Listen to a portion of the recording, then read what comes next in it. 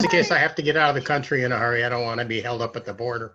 Do me a favor, Joe, turn sideways. This is the same picture you got in the post office. Yeah, it is. That way. Is there some way I can see everybody's face at the same time? Yes, Are you The on? gallery. you can go up to the Nice, upper it's right-hand corner and Uh-huh. click on gallery in the upper right-hand corner. It should come up on gallery. Gathering, I don't see that. No, gallery. Oh, gallery, G-A-L-L-E. I got it. Oh, great. There you go. There you go. I don't see it either. In the upper right-hand corner of your screen, it says speaker view, and then right next to it, Well, there's a wait a little minute, I gotta symbol. pull it down a little It's bit. just a little funny On square. the iPad, it's on the square. upper left. On the iPad, it's on the upper left. Yeah. Okay, wait a minute. It keeps disappearing. Rita, you're on mute. There we go. Leave. Okay. There you go. There. Wow. For people on their iPads, you have to swipe to see everybody. You usually you see 9 at a time. Oh. Yeah. And Noe.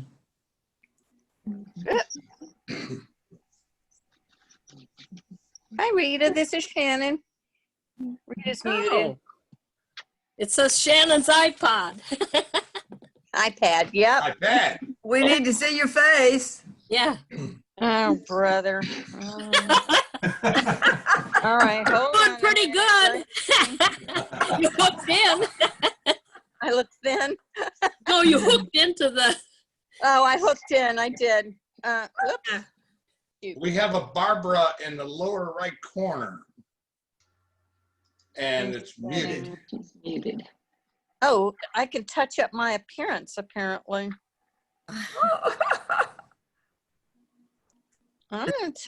You know, when I signed in, I said, don't do the video. Oh. Oh. All right. Can you see me now? Yeah. Oh. Good. Lori? Shannon? Yeah. Hey, Lori. You're muted. Dr. Dale. How's that? Oh, That's better. wonderful. Oh, great. Look at here. My gosh, it worked. This is much better than my professional stuff at Emory. We never have a tech person doing it. You know us high-tech members over here. Yeah. The little pictures go up, fill squares. Dale Strauss, Dr. Strausser, this is Yes, hi. This is Linda Priest speaking, Hi. and it's so good to see you. Been Thank a you little for while. coming. Yes, it has. There you We go. are all glad that you're here. Weird. Oh, Shannon, you got your smiling face. All right. Uh-huh. Did I brush my, I didn't even brush my hair today, y'all. Don't look. That's all right. I usually do. I did brush my teeth. We're good. Yeah, I'm On gonna the I'm gonna Andy. close one of the bomb blinds.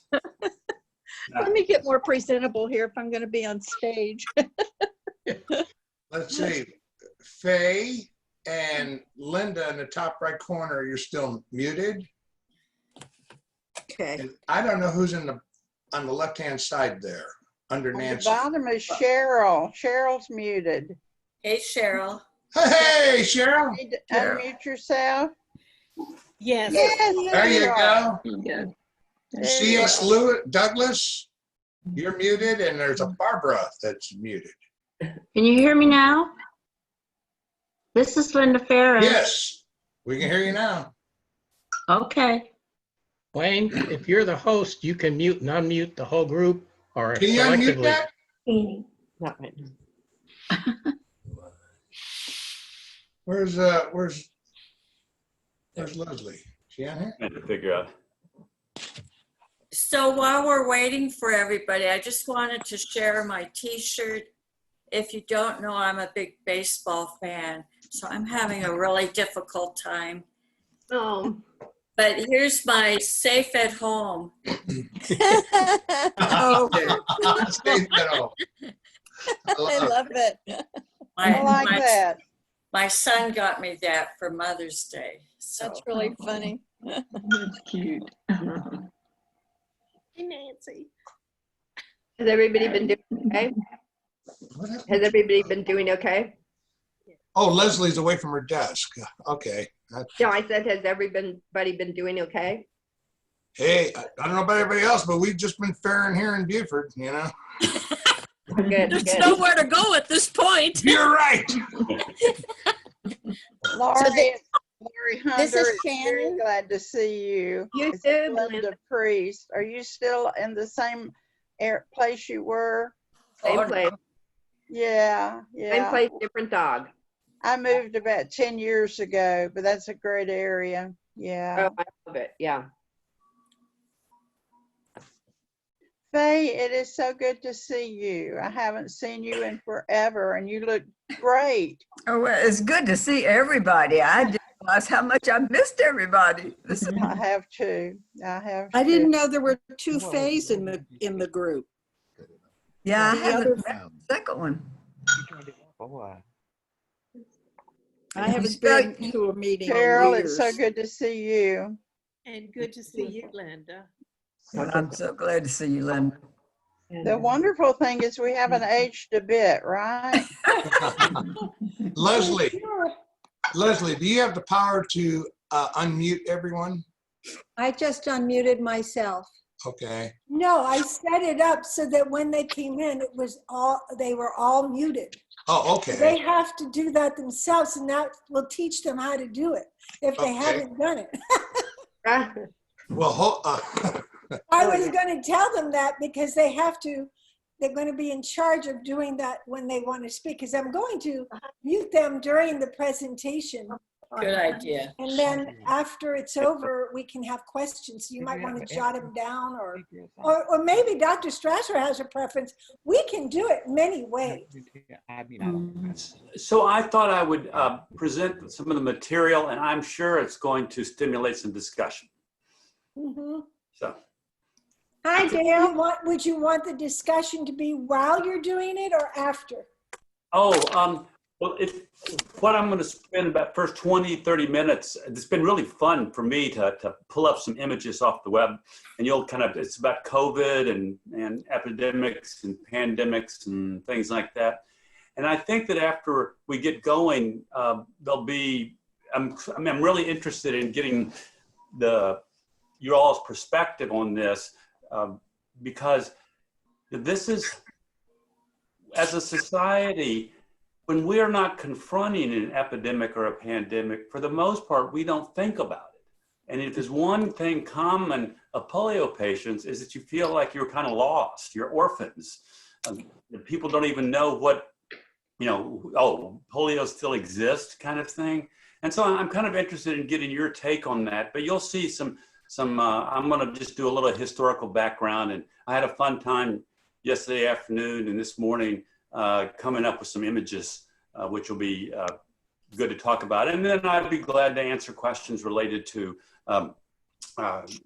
medical or health issues if it comes up. So it's always a pleasure. I know practically everybody. So I feel like.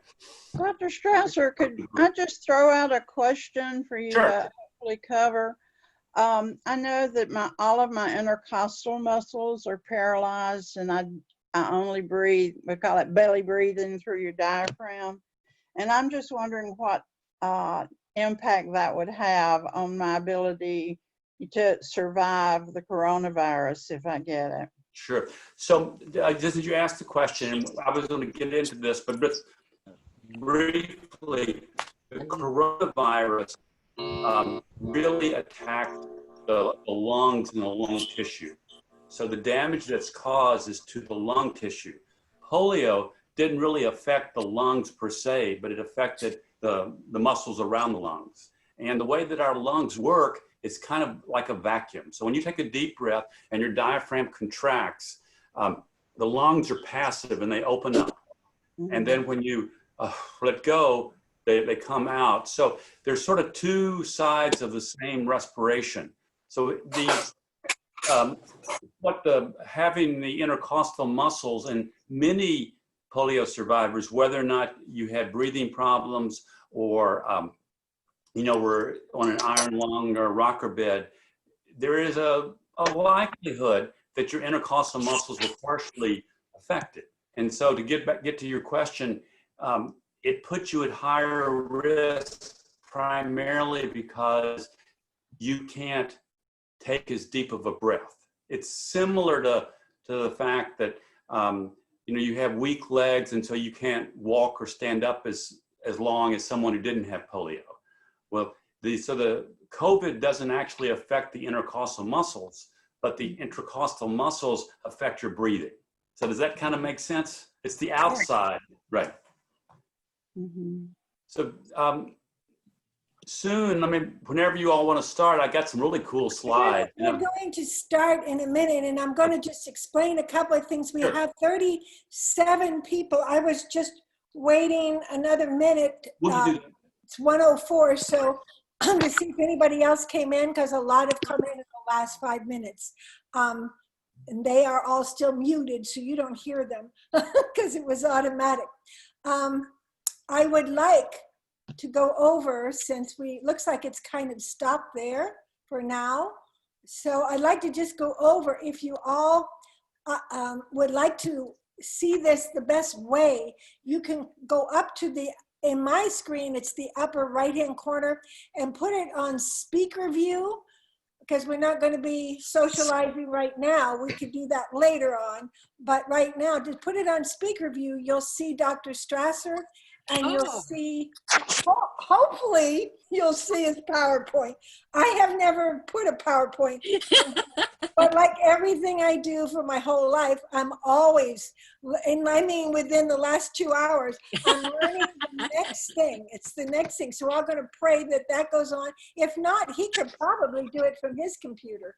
I may borrow my, I'm up in Tennessee at our farmhouse, and my adult kids are here, and they understand Zoom. So I've got it. I put it on screen share, and I've got it on the right screen. So hopefully it will all come up, and I can just advance it when you tell me to. Great. Okay. If we want to do it that way. Well, Gail can do a share screen at the bottom center. No, that's what I'm going to do. I just haven't done it for a PowerPoint. Dale can do it from, Dale needs to do it from his screen, the share screen from his screen. No, he sent me the 2 hours ago in another meeting. So if he's got his slides up on his screen, he needs to do a share screen from his screen, and so do you, and then it will come up. I'm okay. I've already done that. I've done that. I know I've done multiple presentations so that he and I can do that. Sorry. But I didn't know if he had, do you have your computer there? Well, I have my computer here. It probably would work best if you know how to switch it. Okay. I'm not real good with this stuff. Okay, so I can do it. It's fine, because I have it ready to go. I just didn't know what you would prefer. Sure. Okay. We can give another minute or so. We're all going to be muted when this goes, but if you could click on the word participants. Wow, there's 39 now. If you could click on the word participants, see if at the bottom of the list of participants, you see something that says raise hand. Do you see something like that? Yes, no? You all see that? Yes. Okay, No. if you click on raise hand, it will go up next to your name in the order that you raise your hand. Huh. So later when we go to ask, like I said, anybody have any questions, and we can stop at a certain point and hit that, and then you can unmute and ask your question. Where is the raised hands again? In I'm the sorry. order that you have raised your hand. It will list you, okay? Because that's a nice little... Is anybody else on an iPad besides me? I am. I have to click the 3 little dots in the upper right corner. Oh, okay. Where it says It might more. look different on an iPad, and it might look slightly different on a phone, but you can... Oh, yeah. I'm not exactly sure what happens on a phone. I've never done it there. Okay? Yeah, 3 dots. So we're going to get started, and I don't think there's very much else I have to explain about the actual functioning of this. We're going to try, and you're going to bear with us to see how smoothly it's going to go. Smoothly, I know. So, or smoother than it before. Okay. All right. We're going to start. I believe we're starting with Wayne. Okay. Well, I just wanted to.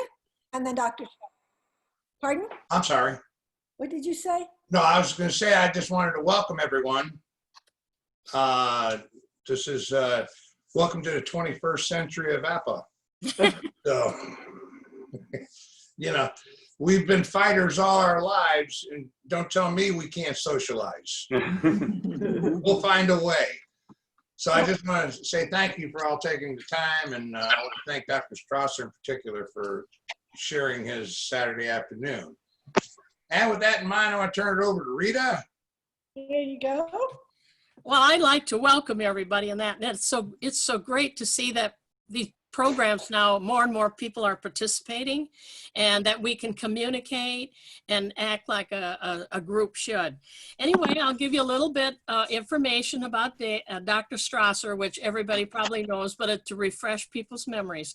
Dr. Strasser is a professor in the Department of Rehabilitation Medicine at Emory University School of Medicine in Atlanta, where he serves as the medical director of general rehab at the Emory Rehab Hospital.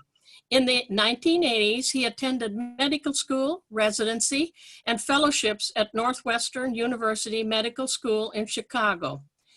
And he encountered polio patients during his residency in physical medicine and rehab. He has worked with polio survivors at the Emory Clinic since the mid-1990s and finds their stories to be both fascinating and inspirational. He lectures regularly on a post-polio syndrome to local, national, and international audiences, and on an array of other topics, including geriatric rehab and the rehabilitation team approach. So let's all welcome Dr. Strasser. Yay. Yay. Okay, Dr. Strasser, you're it. Okay, so should we can go ahead and go to the, I've got some great images. This is courtesy of the internet. And so if we want to go ahead and go to the slideshow, then we'll have a chance to talk a little bit. Yeah, I'm going to mute everything. So all the background noise is going to go away right now. And so all of you, I'm just going to start now by doing that, okay? And I'm going to put up the, hopefully, where'd it go? Don't go away. Here it goes.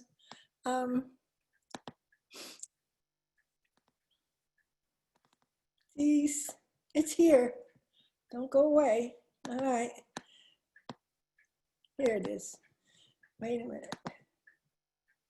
I got to bring it back over here. Can you see that? Can you see it? Yes. All right, you can see it. We're just going to do that. I've got so many different things appearing on my screen, so we could do it from there, I think. I'm not sure. Nope, that's not it. Okay, oh, here it is. Here it is. I can go like that. Okay, there you go. There you go. And I want it to be full screen. Can we go from there? Do you want it bigger? I'm not sure how it looks on your screen. Looks fine. I can read it. Okay. Dr. Strasser, you're going to have to unmute. Anybody who wants to speak has to unmute. Do you know how to do that? Go over your picture and it will say, Can you hear me now? Now it's fine. Perfect. Okay. I did something good. I sent you the wrong slide presentation. I can send it to you real, because it's, let me see how I can minimize this and pull it up. You know what? I'm going to try the old, okay. The share screen. Oh, I've done this before. It doesn't, okay. You know what? I'm going to exit for just a second and call it up and also send it to you, because the other one is, this is my old presentation. I apologize for that. Uh-oh. Oh, how do I minimize this? There we go. Okay, I think I'm going to have to leave for a second and I'll come back. Sorry about that. That's all right. Okay. There, see? All I right. just got this morning and I didn't get to go back and forth with them, so, or he with me. So it's okay. This is what we do. We learn. And I'm trying to get back here. Now I don't know how to do that.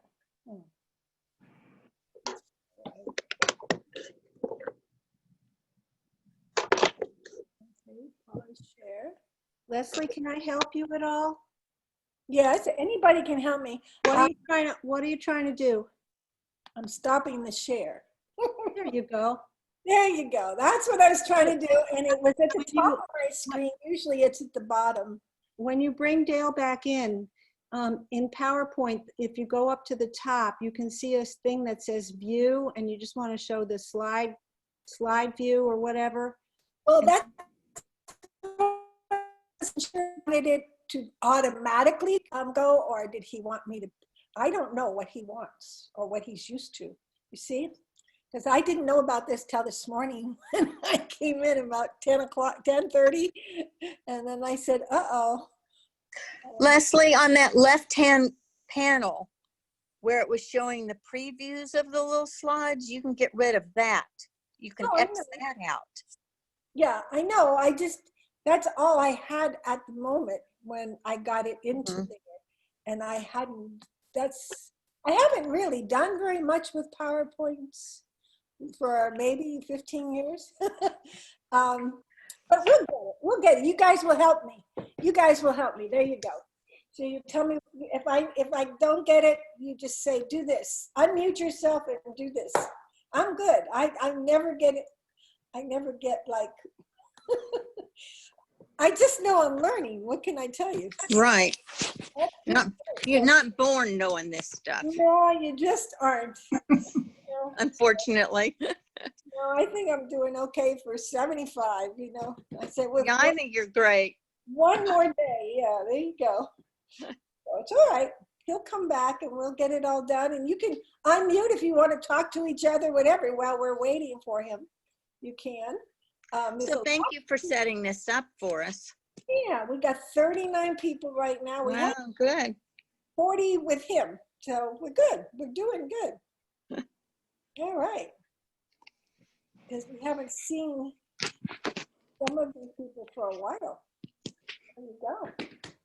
Good evening, everyone. This is Allie, and I'm taking the roll so we can keep this as record for APPA. There are two Lindas. Could I get your last names?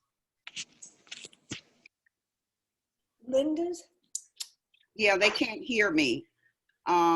Linda. I just wanted to get their last names, but they can't hear me. Yes, they can. I can. Linda Priest, like a Catholic priest. Right. And then there's another one. She seems to have left her spot for some reason. She's not okay. Not there right now. And Cal, I think I have your last name. I lost you. Great. There's somebody on an iPhone. Can you give me your name? Is this Carol? Let me just give you the iPhone number, 404-441-5419. They can't hear me. Yeah, she doesn't. Okay. Well, we have elapsed time. I'd like to say what our next program is going to be in August. And in July, of course, we don't have any meeting. And Kathy McIntyre is going to give us her presentation on her artwork. And she's going to do it from home and that. So I think that's going to be kind of neat. And she's actually online right now too with us. Look forward to that. Pardon? Said I'll look forward to that. Oh, yeah, I know it. Well, people had requested that we want to know what some of the things our members do and have done and that, and it's part of this, you know, getting to know one another a little better. So. All right. Oh, that's better. Hey, He's Leslie. not back yet? Leslie, Hi. when you get back to the PowerPoint presentation later on, I think if you click the slideshow button, it just shows the slide itself on the screen, not the preview and all the other window stuff. You don't need to see that. It won't advance automatically because I think I don't know how he wants to do this. Will it just go by itself? You can click on the slide view and then just hit normal and it will maximize. The slide up. Right. I'll see when I get Leslie, can you put the slide back up? You? Okay, well, we're all here because there's so many of us. I also would like to make an announcement about our special. Can you hear me, Leslie? This What? is Carol. Excuse me? Who? I lost somebody. Oh, Carol. There. Okay.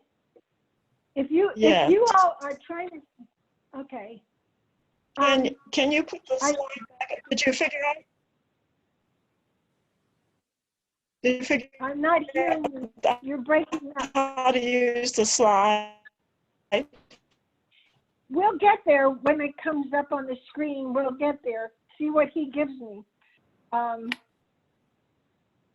don't know what. Oh, okay. And you're breaking up. Take down that one.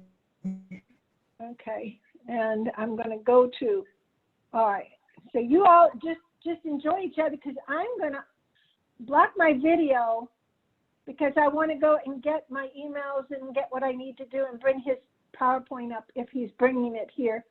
Leslie, you were going to make an announcement. I was about Special Needs Assistance Fund. It's called SNAP, and it's a special fund that we set up over the years, and we're going to publish once more. We published it in the last newsletter. The next one's coming out at the end of June, and it is so that each active dues-paying member of APPA can, if they have a need for special financial assistance in the purchase of medical devices or to use any of the facilities like repair facilities at FODAC, where they repair chairs and all kinds. They do all kinds of things. They put in hand controls and they do lifts and they do a lot of things. They even will put in a ramp at your house. We will contribute per year up to $1,000. So we're going to see the specifics of it when it comes out, but I just want to alert you all to it because it's made just for you all to help you in some of these purchases now and things that we all need require a lot of money. And so we can't give you all the money, but we can contribute to it. So you'll see the guidelines and everything there, but I'm assuming most of you are APPA dues paying members. So Joe, would you like to say anything? Joe's on the committee with me, and we talk about it. Right, Joe? Yes, we do. Matter of fact, one thing that we've been a little bit concerned that we aren't hearing from anybody that needs any of this kind of help. We have some money that we probably ought to divest from, mainly because we are a nonprofit 501c3, and by IRS standards, we can't actually keep too much cash available. I think we're supposed to have, general rules are about 2 years of operating expenses, which we have a whole lot more than that in the bank right now. So this SNAP money really needs to be put to work. So if anybody has any need for any medical equipment, please let us know. This is Shannon. I just want to point out, I don't know if you said this, Leslie, this is not allocated on a financial needs basis. So we don't care. No, it is not. Right. Yeah, anybody can can request these funds. Any dues paying member of good standing of 2 years, I believe, right, Leslie? Yes, if you've been a dues paying member for 2 years, yes, you're right. Mm-hmm.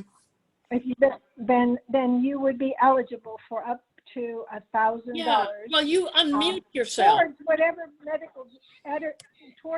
medical device. Oh, that if you're you not being are- heard, you have to turn on audio. Well, it's when you log in and it'll say, do you want the video portion? And then that's it.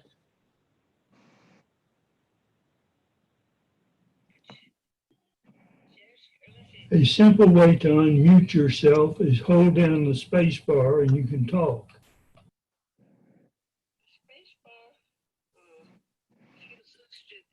That's all right. We're all learning. Our guest speaker is off looking for something. And I do that. Unmuted, uh-huh. And then it says mute. Now, can Well, you should have on the left-hand side there, it says stop video. It should say video. I mean. I've got to stop video. Well, But I don't want to stop it, do I? No, you're being heard. On the phone or in person? Yeah. Am I being heard through the Zoom? Yeah, can you hear Patricia? I can hear you, but can the rest of you hear me? Yeah. Yes. Okay, well then I can hear her, but I don't see her. Well, that's because I'm over near the window and I'm dark. It says Tish because Tish is my kid's name. Oh, well, you're on then. We hear you. All right, well, good. I just okay, I'll hang up. Yeah, I just wanted you to know who I am. That's all. I just wanted to be on the roll call. Thank you. Well, I have one other thing I could talk about is the Baca area post-polio group in Florida has sent us their Zoom number, and also they meet June 11th, which is the second Thursday of the month. And if you call Maureen, and it's 561-617-4550 to get the link, and you'll get their program. And they're going to talk about viruses versus children. Please. Can you type that information into the chat, please? I didn't catch it quickly enough. And I actually have a question that I'd like to put in the chat. I just found out that my orthotist is moving, and I'd love to have any recommendations if anyone has one in the chat. Okay.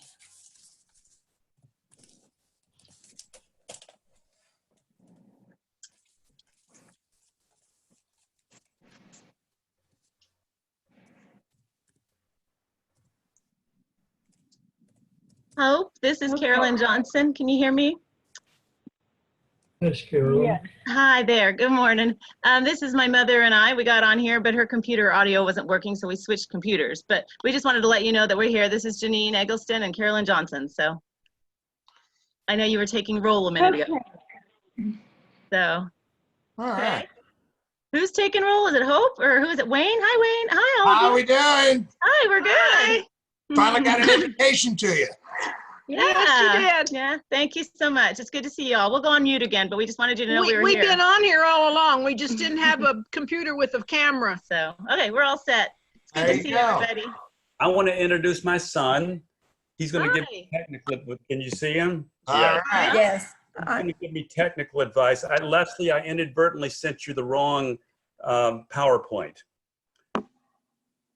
So right. I have the one on the screen right now that says COVID Yeah, that's perspectives from poliomyelitis. Yeah, Is that what I have?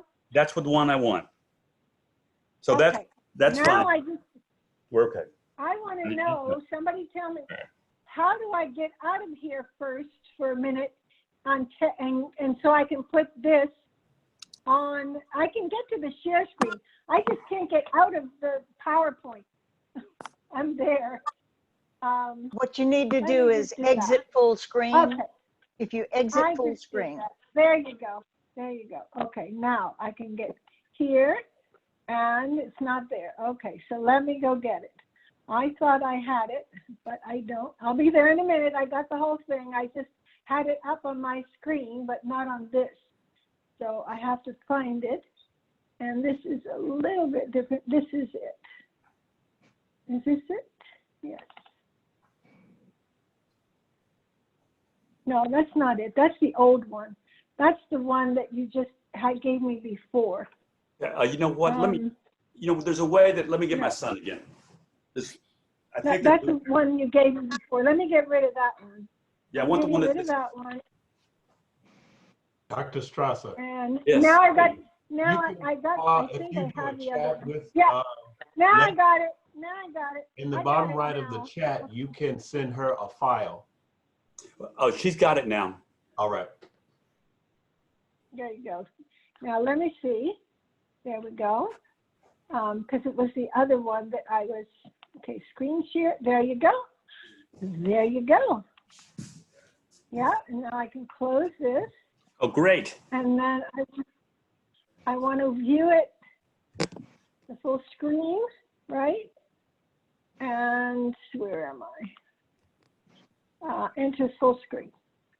There you go. Is that good? Yeah, that's Do great. you all see it? Okay. Yes. All right. I think you still want to click slideshow. I did. I thought I did. No, I didn't yet. Way over here on the right. Over to the right. No, keep going to the right. Keep going. Keep going. Way, way, way over. Keep going, keep going, keep going. Now drop down there. See the slideshow? To the right, to the right, to the right. Under. Nope. It's a little green button. Yeah. Oh, you're in a different place. I got it. There you go. Start the slideshow. Got There it. you go. There you go. Perfect. All right. Got it. Well, I'm really Very excited. good. All right. Dr. Strasser, it is for you. Okay, so shall I go ahead and start? Yep. Yes. I will go ahead and start. What I would like to do is to spend about 20 or 30 minutes giving you a little medical and scientific perspective on polio in the context of this current pandemic that we're going on. And then I'm really interested in opening it up for a discussion. You know, what I've been impressed just reflecting on this and thinking a little bit about the history. Epidemics and pandemics have been major occurrences throughout human history. And it's a curious thing that when we're not in the middle of an epidemic or a pandemic, for the most part, we don't really think very much about it. And you have to sort of go backwards and look at how incredible major pandemics and epidemics were and how they affected society and affected people. And then people go on kind of analogous to what my polio patients describe. You know, they go see the physician, and if you're lucky, if the physician has even heard of polio, much less have much of an idea of how to treat it. So that's what I'm going to be doing today. And I did have fun with some of the formatting. So Leslie, if we go on to the next slide. So these are images from Google of the COVID virus. Of course, the upper left-hand corner looks like a healthcare provider in an ICU unit providing the services.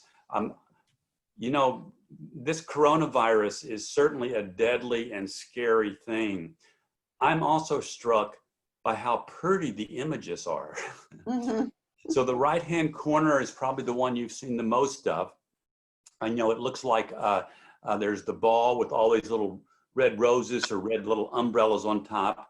And then the representation in the left lower quadrant, as I understand, is how the virus, because the virus is basically a bag of RNA. It's not a living organism, but it goes into the cells and it takes over the machinery of the cells. It hijacks the cells to produce more, and then those burst out and produce more. a lot of the symptoms that you get in many viral infections are the immunological response, you know, whether it's the severe respiratory issues or whatever, like an allergy, if you think about it. And then I'm not exactly sure what the bottom right-hand corner picture is. I think it's the inside of the virus, but it certainly is a striking image. Kind of eerie that such a horrible thing has such pretty images. So we can go on to the next. We can go on to the next.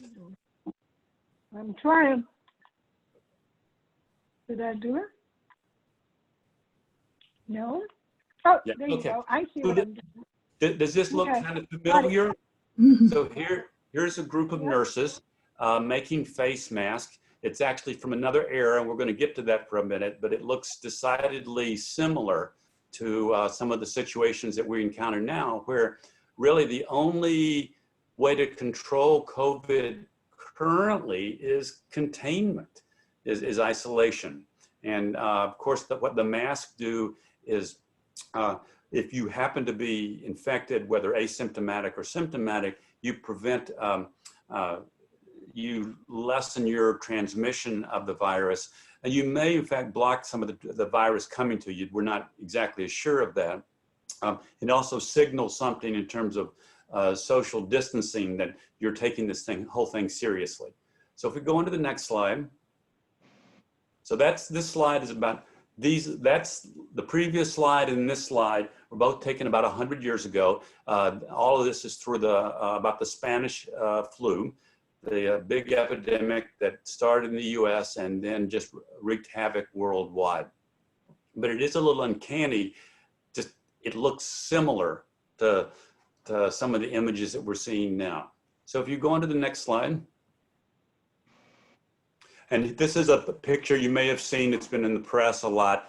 This is one of the hospital wards. You know, you could substitute, it wouldn't take a lot of changing to get some of the old pictures of polio, if you remember, some of the historical photos. So you can go on to the next. So of course, this is the flu pandemic of 1918. The flu pandemic of 1918 was just really a horrible thing. It's the term Spanish flu.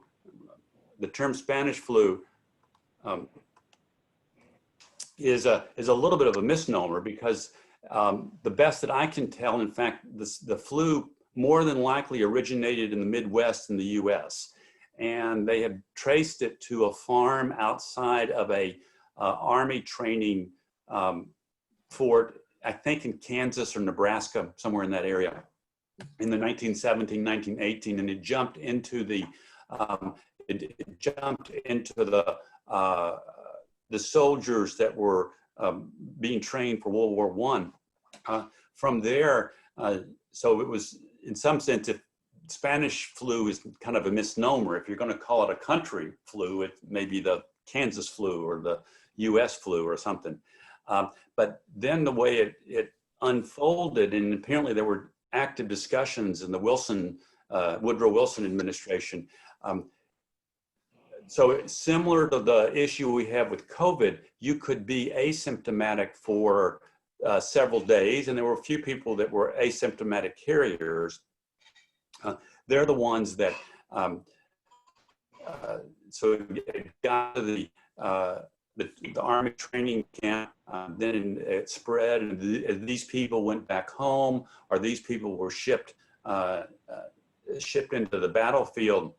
You can see how the spread of the flu just went out exponentially. And I was just horrified or aghast to look at the mortality. You know, India lost 17 million people from the flu pandemic of 1918. The United States lost 500,000 plus. So there were more people killed by the Spanish flu, this flu pandemic, than during World War I than killed in combat or from other conditions. You can look at the other numbers there, and they're all quite impressive. What's relevant about this particular flu is that it shares some similarities to COVID. It is, I think it's a coronavirus. I'm not exactly sure, but it's certainly a respiratory virus. It's highly contagious. It's even more lethal than COVID.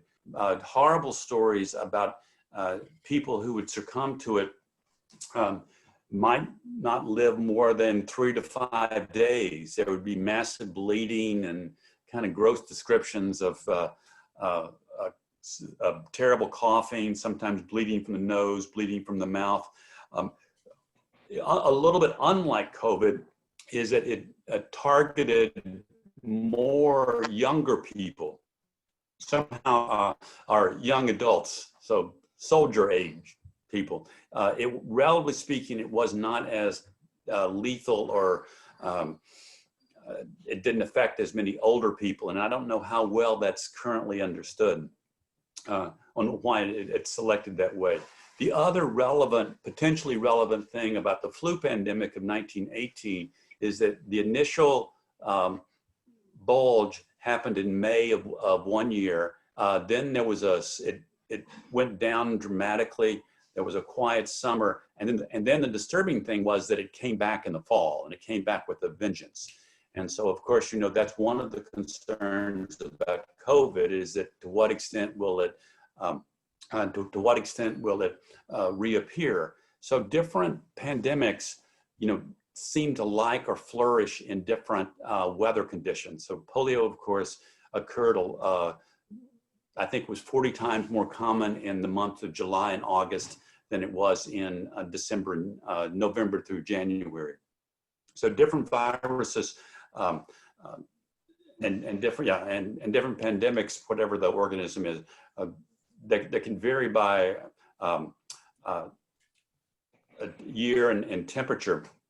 But so there is some parallels, and that's why you keep hearing some parallels to the COVID and to the flu pandemic of 1918. So we can go on to the next one.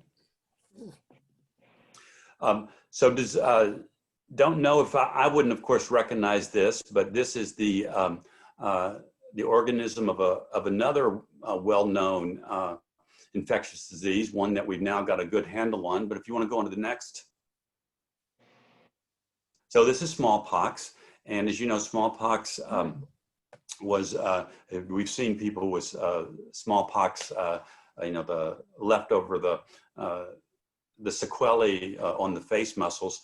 And one interesting historical aspect of smallpox was, even as late as the late 1700s, people understood, and I think this even goes to China, the value of inoculation. They would take a little bit of the material inside the pox and find those bubbles, inject it into the skins, and it would stimulate relative immunity.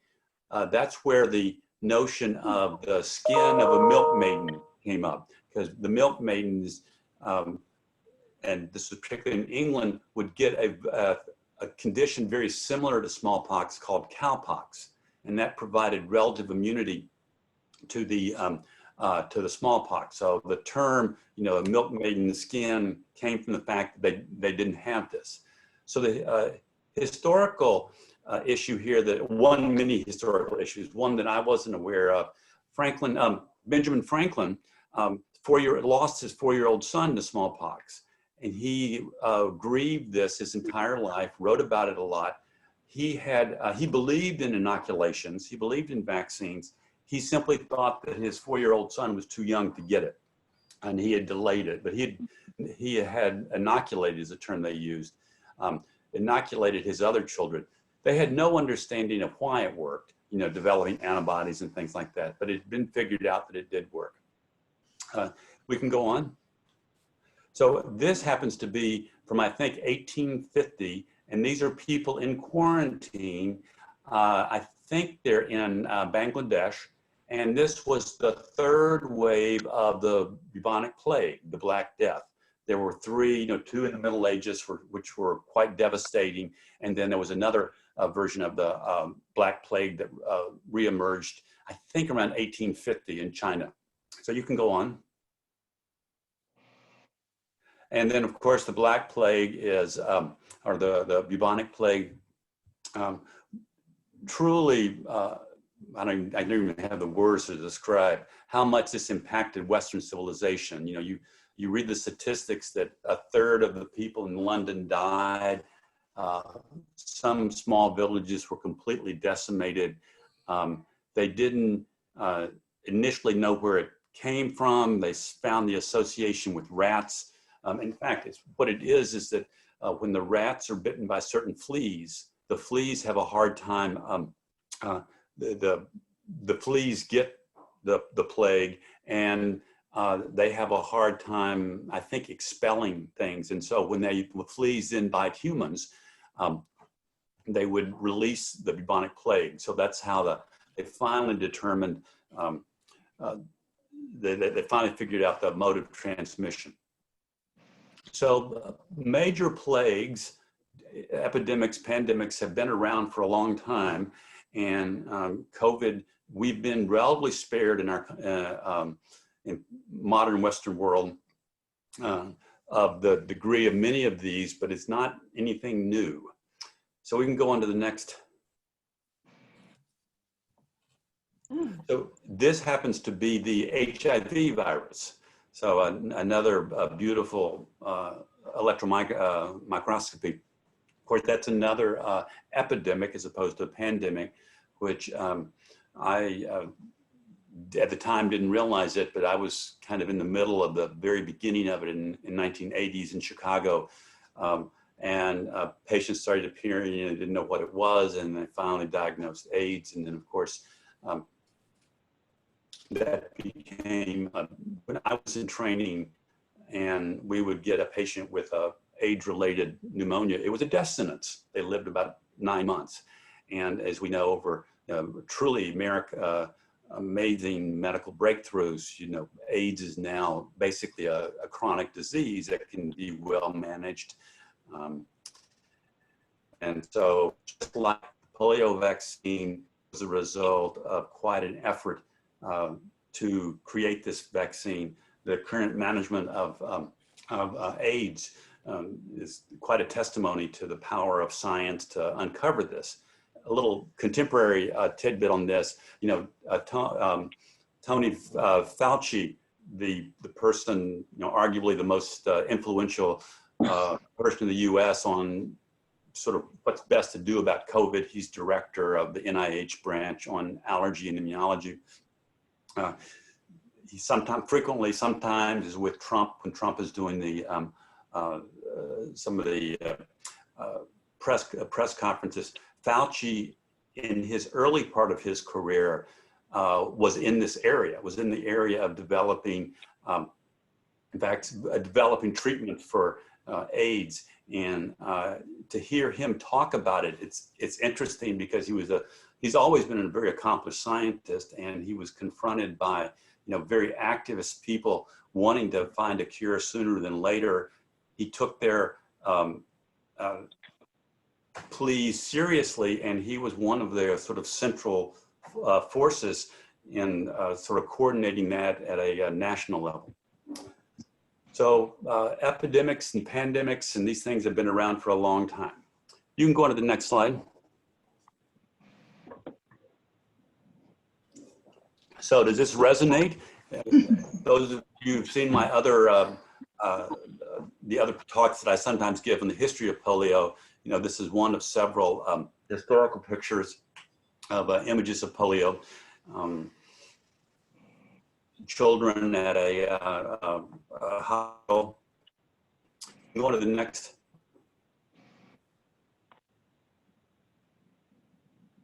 And then, of course, the polio itself became the first celebrity, quote unquote, celebrity disease. FDR had it, the March of Dimes, the whole effort in the 30s and then in the 40s and the 50s to really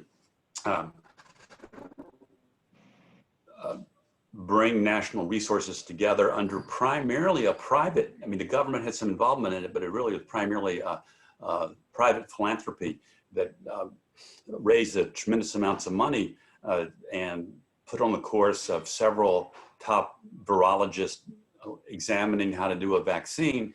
And there was, you know, a couple breakthroughs. Of course, Salk was the first breakthrough. And this also the whole notion of the poster child being from the March of Dimes. And then I think all of you have heard me give this little spiel, but I've had the pleasure to be on the platform with David Oshinsky a couple of times. His name is in the left lower hand corner there, but he wrote the book An American Story. And you probably hear him quoted now. They're bringing him up a lot. It's a great, if you have, most of you have already read it, I think. It's just a great story about polio and polio in the US. So go on. And then of course, the most, arguably the best known patient was FDR. That's picture FDR on the right.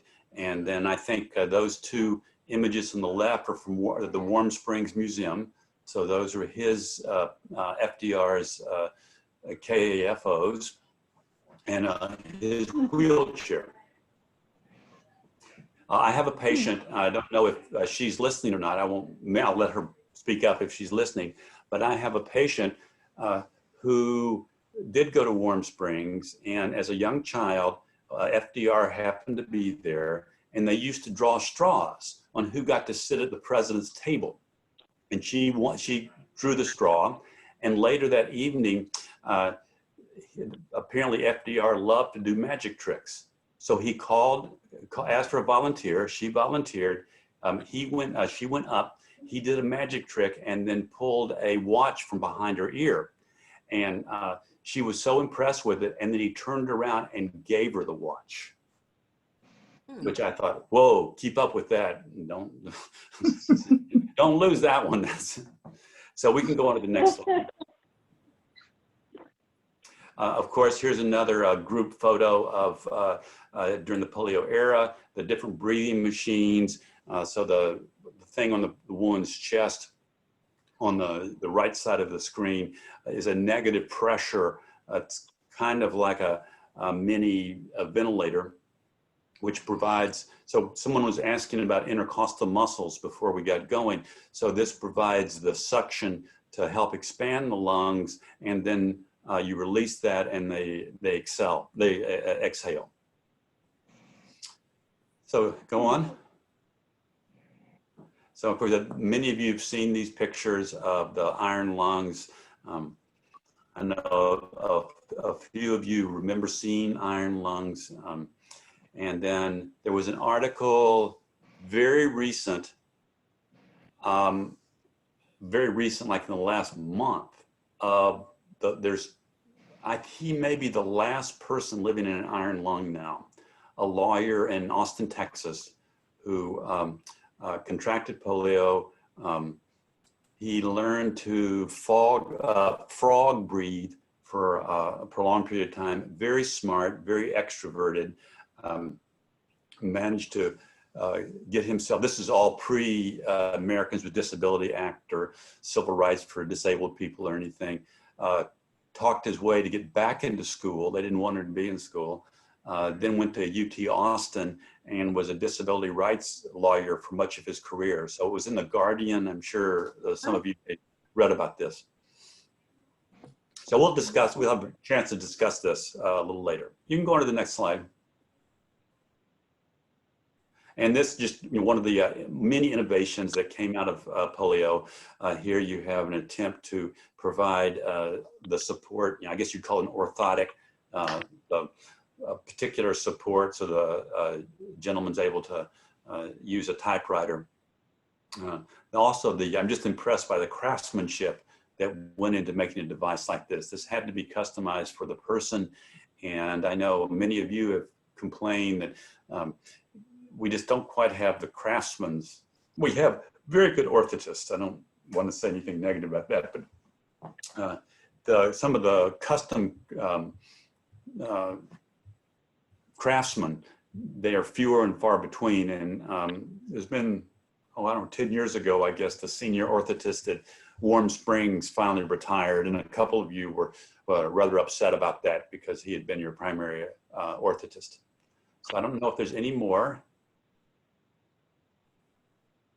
Right, okay, oh, this happens to be another of my patients.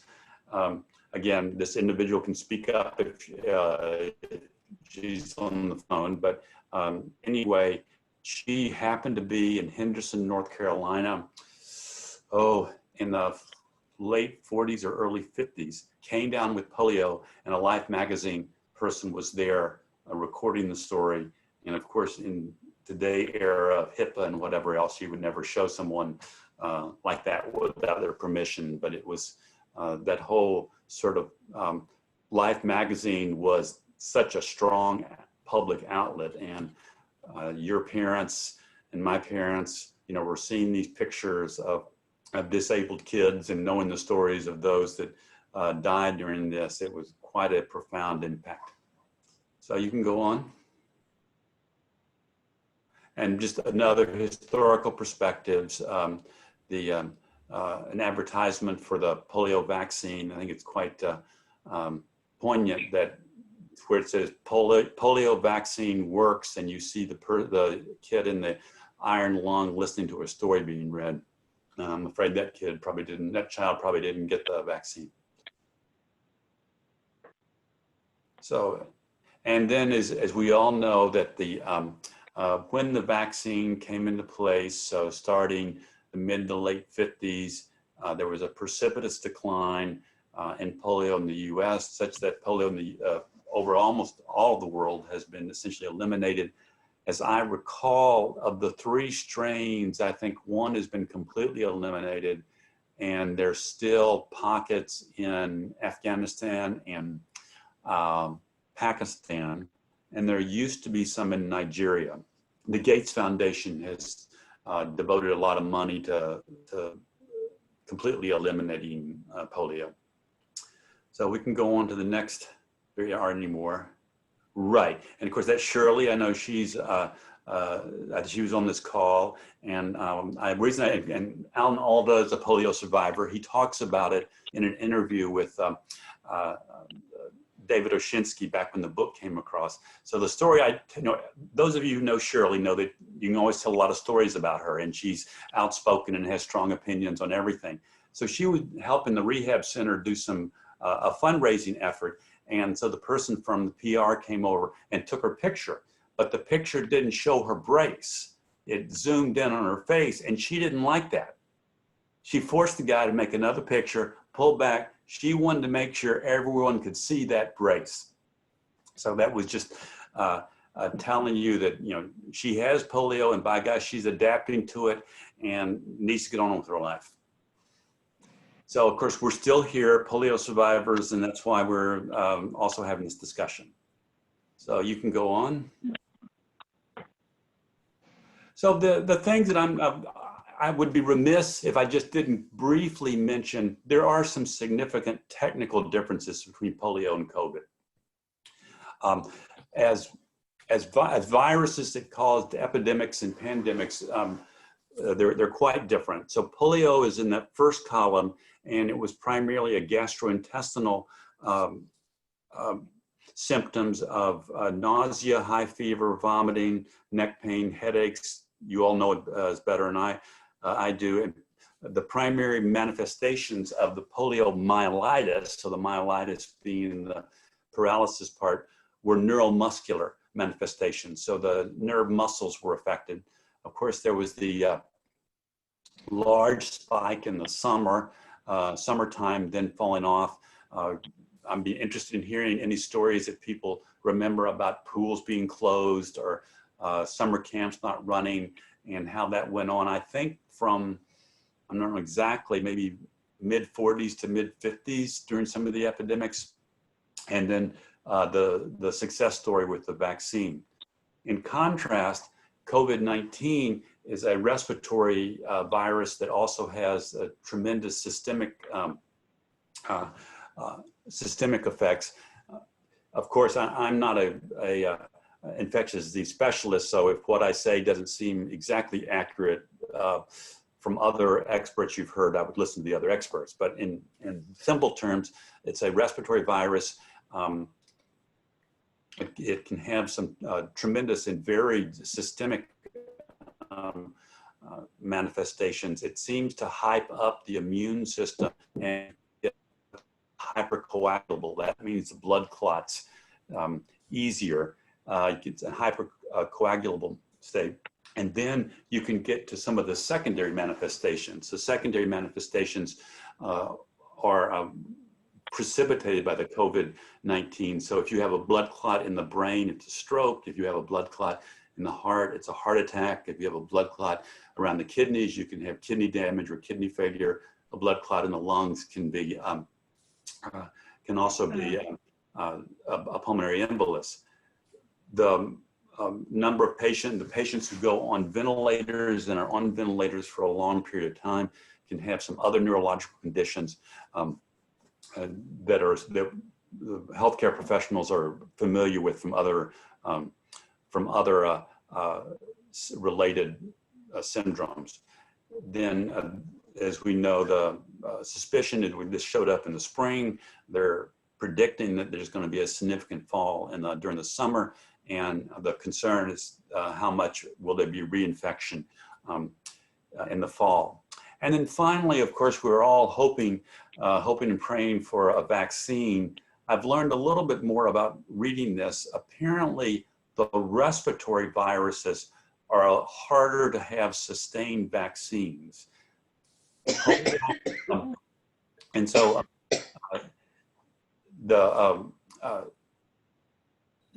so you have situations where you can have a vaccine and it may provide some immunity for a certain number of short-term versus a long-term potential.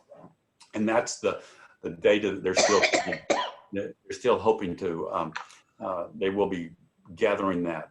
So whether or not, one of the things that I'm curious about, and of course no one knows, if we're fortunate to have a vaccine for COVID that's as effective as the polio vaccine, then COVID may become history. And we'll be in that situation 20 years from now where, there's individuals that have post-COVID syndrome, like post-polio syndrome. And over time, you wonder if health professionals will be attuned to it, even if it sort of falls off the radar screen. And that's kind of an interesting thing to think about if there is a real effective vaccine. Other more knowledgeable people than I think that COVID may be around for a longer time period, but at either a lower lethal rate, or where you have to get booster shots in terms of the vaccines. And the other thing they're trying to do, that they're working on, as we know, is better treatment. So the vaccine is, the potential for a cure. Vaccines, treatments are various things to help mitigate the intensity of the infection. So we can go on. Right. So what I'm interested in, and we can open this up. People can raise their hand. Leslie or others can sort of direct the conversations. But I'm very interested in just hearing from this group, how has COVID affected your own memories and understandings of polio? And then that's sort of one level of questions. The other level of questions is, what lessons from polio, what are the lessons from polio that could help society and healthcare professionals deal with COVID survivors? So polio survivors have had the experience of kind of being forgotten about after the success of the vaccine, even though it's still having significant problems. So I'm sort of interested and so part of the reason that I agreed to do this was I was interested in hearing from you all, because I always learn so much interacting with my polio patients. So Leslie, I think if that's the last one, we could switch to more discussion mode. Okay, there we go. Do we need to take a break or just keep going? People can just. Wow, it's 2 o'clock. It's up to them. It's up to them. Keep going. Keep going. going. You have to take a break. There you go. And talk about you.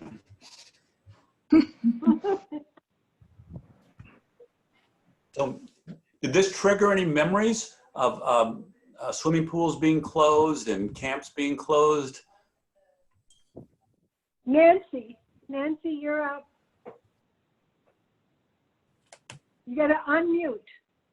You have to There you go. Okay. I wanted to know, Dr. Strasser, if you had a picture of the polio virus and what it looked like. I don't have it with me, but you can, it's actually, you can find them. Okay. There's actually 3 strains of the virus. Oh, okay. And Thank you. it's not a coronavirus. It's an RNA virus, though. So. Well, for me, the first word I heard about this, it was like I went on total alert. It just sounded so much like the polio virus and the pandemics. And I heard about it, and I was out getting my car worked on. I came home, that was May the 4th, and I've barely left here since then. I have been very rigid about, I mean, the only people basically that I have any personal contact with are my 2 children and my 2 grandchildren. And I just feel like that's what I need to do for me. That's my comfort level, is to just not expose myself as much 100% as I can.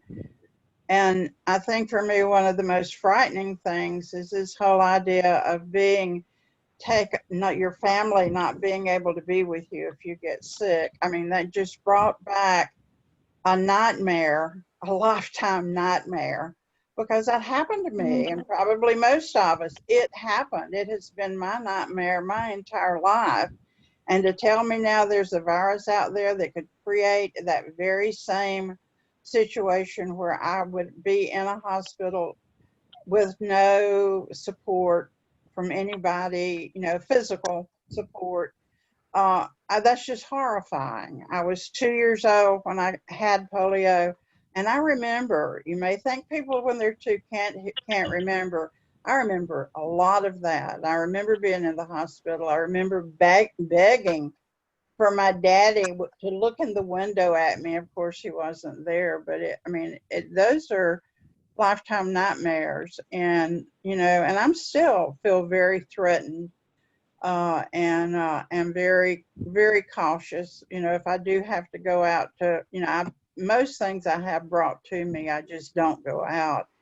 And I'm hoping there's an end to it, because I'd hate to live to be my age and then the last few years of my life I couldn't see my family. But, it's just horrifying to me, the whole thing is.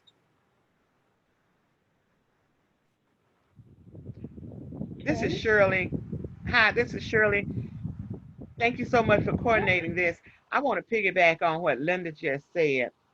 I am petrified because I have those same memories. I was 2 years old when I came down with the polio, and we were quarantined. You couldn't have visitors. They had to come and look at you through the window, and not only just contacting when you were young, but just continue to live with it.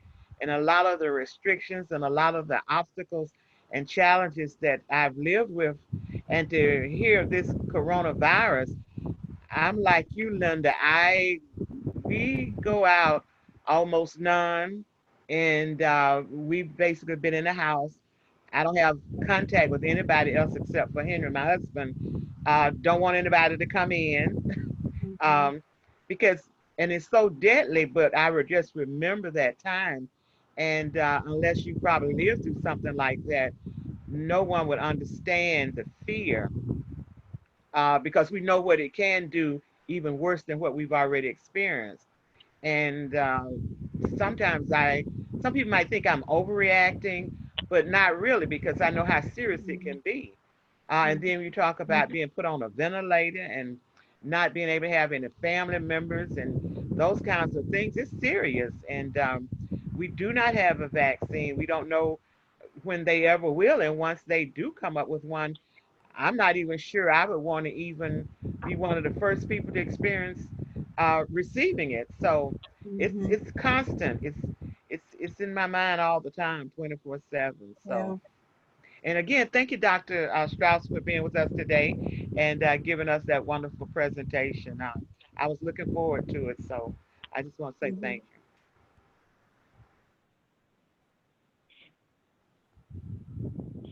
I'll just say one more thing. I think part of it too is people don't know about polio. The medical profession doesn't know, I mean, at this point, very little at this point, and how they might treat me in a way that might be detrimental to me. I don't know, but I don't know if I said I went into home and it was March the 4th. I might have said May the 4th, but it's been March, and it's a little crazy making to live this way, but at this point I don't feel like I have a choice. Well, if I could ask a question, Dr. Strasser, thank you. Sorry, phone. Dr. Strasser, thank you for doing the program. And I contracted polio in 1979. So could you speak a minute to that it wasn't in the epidemic? You asked if I could speak a little bit about if you could just speak a minute about that I didn't contract it in the epidemic, but they said by my son's vaccine. Yeah, so there's the two primary types of vaccine. There's the Salk and the Sabin. The Salk vaccine was the first one, and that was, I guess, the shots, and that was the attenuated viruses, the viruses that had been killed. And that was the first one that came out. About a year or so later, the Sabin one came out, and that one was from the was live viruses that had been treated in a certain way. Both was interesting. The Oshinsky book gets into this. There was also quite a, believe it or not, in the 50s too, there were politics and personalities and name calling and all those things. And apparently Salk and Sabin, Salk was considered the young upstart. He was from Pittsburgh, or I think he's from New York, but established himself in Pittsburgh. Sabin was a little older. He was in Philadelphia and had a more sort of conservative ring. People in the know thought that the Sabin vaccine probably had the better potential for being effective because it was a live virus and it would trigger a more profound response. The downside of the Sabin vaccine is that there's a certain small percentage of people that could actually get the virus from the vaccine. So you were one of the unfortunate ones that did that. The whole vaccine initiative after the first round of after the successful trial with the Salk vaccine, they ramped up and they had seven centers in the U.S. that were making the vaccines, and the center in California was contaminated, and so there was a certain number of kids that got the vaccine in 54 or 55 that came down with polio, and that almost railed the whole vaccination effort. You can imagine what a public health nightmare that was. But so there were people that who got part of the live vaccine. It's a small number, but it's one of the reasons why you hear a lot of caution among these virologists who say, we want this vaccine as fast as we can, but we want to be very cautious, because what a vaccine does is basically it tricks our immune system into thinking it's been invaded, and it calls the arms, it develops antibodies to attack it. And you give just enough to mount that response. But there are cases of individuals who did come down with the vaccine, who had the vaccine, came down with the infection. As I understand it now, what they do, they've actually gone back and forth on which one they're using. And there've been a combination to try to limit. At one point, it was 1 in a couple 100,000, and then it was as low as 1 in 8 million people who got the vaccine who came down with the polio. So you do have to, that's one of the reasons why there's so much, why at the end of the day, the scientists are also very cautious about when you take this mainstream. You need to do the adequate testing and to go through the whole process. Thank you. And then I was just going to add, there's another group of patients who didn't get the vaccine in those 50s to early 70s. And I have several. I have, let me see, 2 refugees. You all met, I think, one from Syria, and there's one from, I think she's from Nigeria. And they're in their 30s or 40s, and they came down with polio.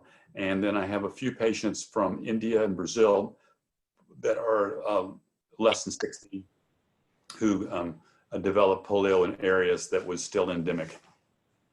And then probably one of the largest sources of current cases, there was a conservative Muslim cleric in South Sudan or Nigeria who started this rumor, this conspiracy theory that the polio vaccine was a Western plot to infect Africans with HIV. And so there was that was about 15 years ago. There was a large number of people that didn't get the vaccine, and then that's when it came back up. But what are your thoughts about and the feelings that it engendered to actually develop the condition from the vaccine? We were shocked. Yeah. And I just, the one thing it did, though, I agree with Linda that when I started hearing about ventilators, because I was on a trach, for 6 months. And so when I first heard ventilator, I was like, it just really petrified me. I was just really scared. And the terrible thing is, though, I can walk around our property at the apartment. But the bad thing is when I go somewhere, I mean, I'm not cautious enough. So I need to just really be a lot more cautious. Now, I mean, I can't go far. I just go, but I've just finished cancer treatment. And so, I had to be real diligent about that. But like yesterday on that table, it just can't breathe well. So I just asked them if they could take the mask off every time I went for treatment. But yeah, the whole thing is, and then, because I'm totally paralyzed, I don't know if it's like this for anyone else, who has actual paralysis, but it's very nerve wracking, when you can't have your own control. It's just, yeah, it's very frightening. Yeah. Doctor, I have a question for you. With all this quarantine that's going on around the world, are they expecting polio to resurge itself? Oh, I don't, polio or you're asking about polio or coronavirus? Polio.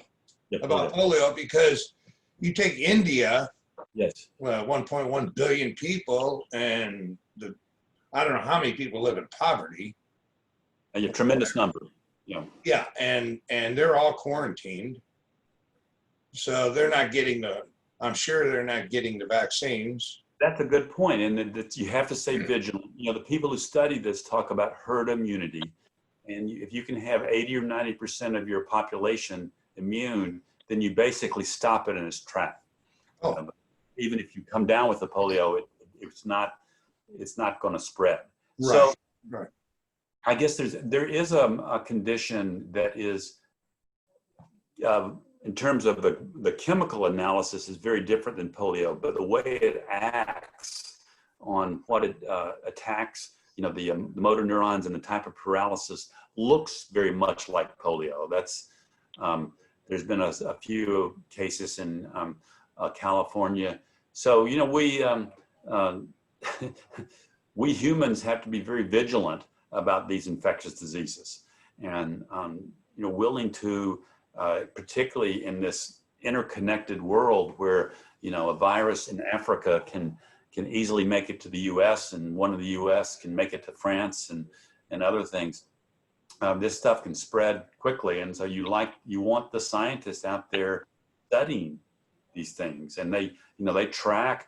There's a bunch of viruses that don't make it to humans, that are in birds or whatever, and they don't show any indication. But you want the scientists out there monitoring that. It's just like invasive insects or whatever. You want them monitoring it so you can have some response to it. And of course, these sorts of conditions tend to wreak even more havoc when you have a lower socioeconomic. You don't have the infrastructure, or you don't have the health care. And we all worried about the combination of these protests and the riots and stuff that's been happening in the last 10 days. Is that going to trigger? Yeah, I know. I have a question. Can I ask a question? Faye had her hand up next. Oh, there you go. I had a question for you. They talk a lot now about people walking around with COVID who are asymptomatic and are spreading the virus. Was that true with polio also? Was true with polio. It was true. It's actually true. It was true with the Spanish flu, the bubonic polio. So that tends to be a small number, but it can be enough to sort of keep it alive, keep it active. And that's that's very discouraging.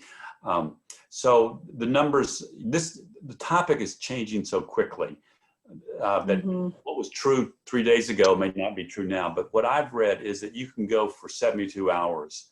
Well, you can go for 48 to 72 hours and not know that you've had it. And then there's some people who have such mild symptoms that they never know they had it. Right.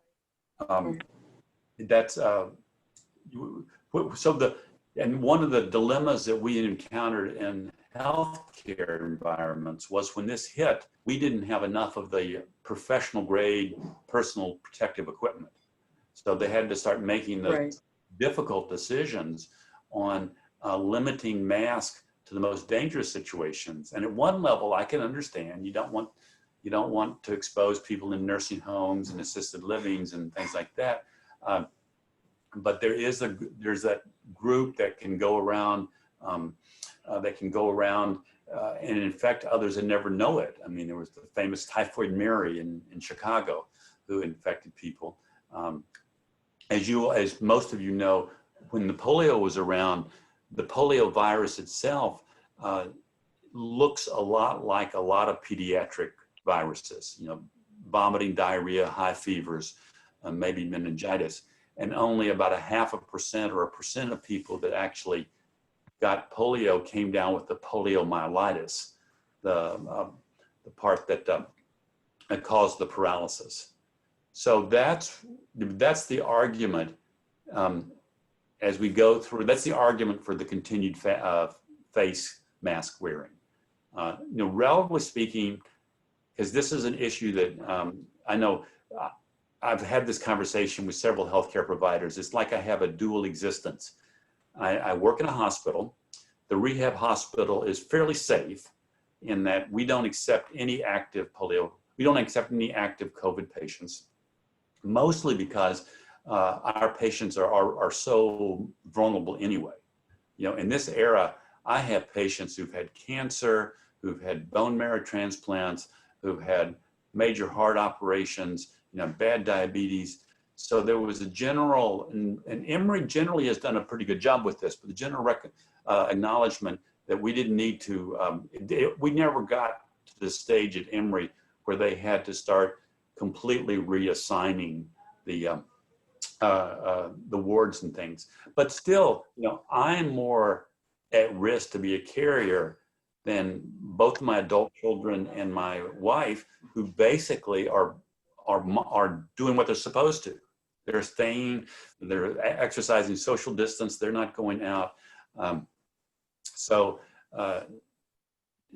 there is a little bit of a sort of a mismatch in your mind. You go to work, and we certainly have all the protocols of the hand washing and wearing masks. But it's easy to get, particularly after it's been going on for several weeks, it's easy to let your guard down. And I know I have to keep reminding myself. Someone else mentioned the memories of being 2 years old and your parents couldn't come visit you, or I've heard a couple of you tell me that the parents would wave at you through the window. Boy, is that hard currently. So in the rehab hospital, and in this era, the people who make it to the hospital and make it to a acute inpatient rehab, they're complicated and they're really sick. And they're coming out of liver failure or cancer treatment or a bad stroke.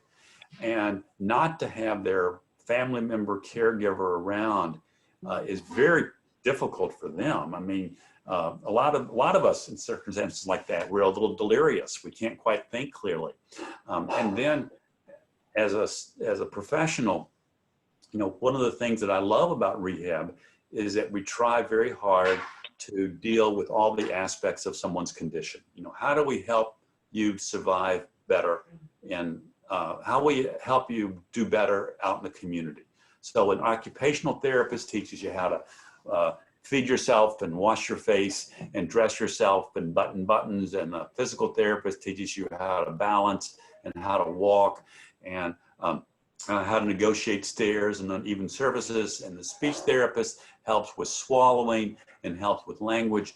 And you know, I love that part of rehab because we pull it all together.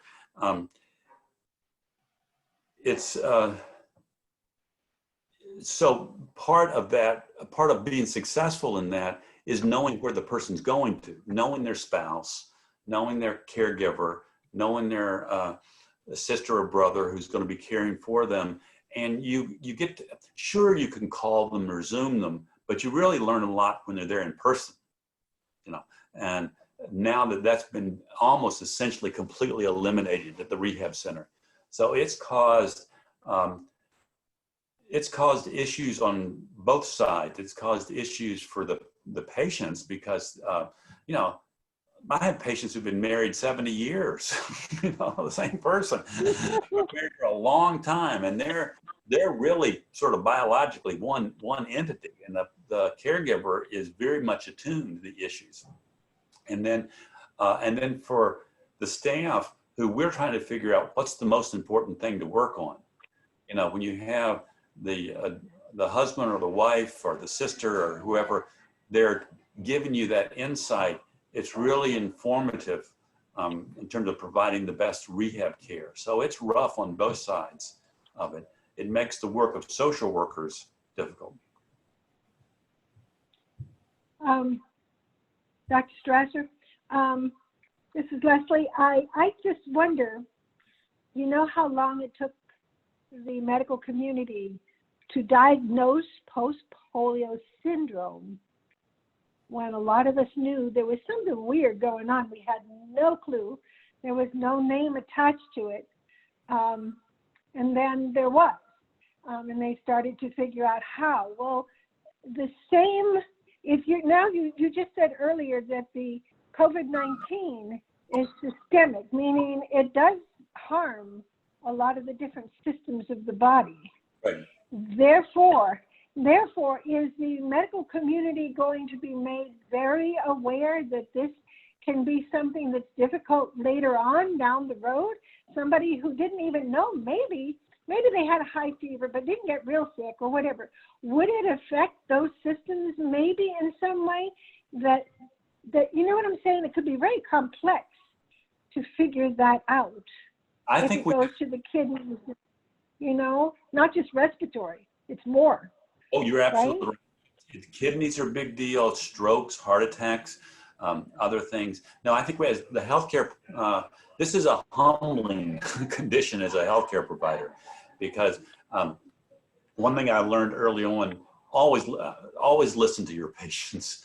My mentor when I was in training was Henry Betts, and he used to say, just let the patient talk and they'll tell you the diagnosis. and there's in this era where everything is so pressured and people are on computer screens and everything, there's a real truth to that. I'm cautiously optimistic that healthcare providers will be more attuned to it, just because this has been such a big deal. This is completely, Emory was not as impacted as New York or Washington, but we were still very impacted. I mean, at one point, the 3 Emory hospitals had an excess of 200 some odd active COVID patients. Hey. We're now down to 70, I think. But I remember these Zoom calls where, you know, they were doing all this disaster planning in a sense, you know, what happened, and they assigned responsibilities. what a resident would do. Let's say a rehab resident, if things really got dicey, would they go to the emergency room? Would they go to the ICU? What would a rehab doc do if it got to be so great? And they had to tear all this out.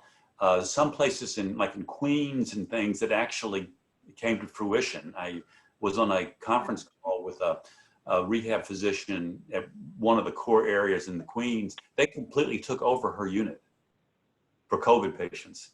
And at any given time, she had 20 to 40% of her staff out. I mean, it was just terrible. And she had to make to me, this sounds just heart-wrenching, but we work very closely with physical therapists and occupational therapists. And one thing you have to do with physical therapy and occupational therapy, you put your hands on the patients. You show them how to reach. You show them how to walk. You show them how to get on the toilet. And in the early days, particularly one of the physicians in Queens, she had to really argue to get protective equipment for her staff. There wasn't that, there was a limitation, but she was just as worried. So Emory, generally speaking, I thought did a good job, is doing a good job. They have these regular Zoom meetings. They have, internally, they publish all the good stuff and all the areas of concern. And there was a small outbreak that occurred at Midtown that later made the news. We all knew about it before it happened. And then the whole, for us, there was a complete 180-degree switch on what to do about face mask. So when it initially became an issue, they knew that there might not be enough personal protective equipment of the professional grade. So they had to start making these decisions on, okay, how do we decide who gets it? And then is it safe to reuse it? Okay, it's safe to reuse it a little bit. But they were making some difficult, decisions. Luckily, Emory kind of got its act together in terms of the PPE, and we had the high numbers, but we were not as overwhelmed as the New York City was. But I mean, some of the even the specifics of my colleagues tell me, when someone breathing gets so severe that you have to put them on a ventilator, they do a certain level of sedation so that you can tolerate the ventilator. And they just anecdotally were impressed that it took a lot more sedation than usual, than normal. But no one knows why exactly. So there's a lot of unknowns. And when I first started hearing about this and they were calling it a novel virus, I wasn't sure what that implied, but what it really implies is that we don't know much about it. If polio was to resurrect itself, we have some basic knowledge. If smallpox comes back, if dengue fever gets much more, the plague, God forbid, comes back, we know a lot about it. This is a novel virus. And so they're figuring stuff out.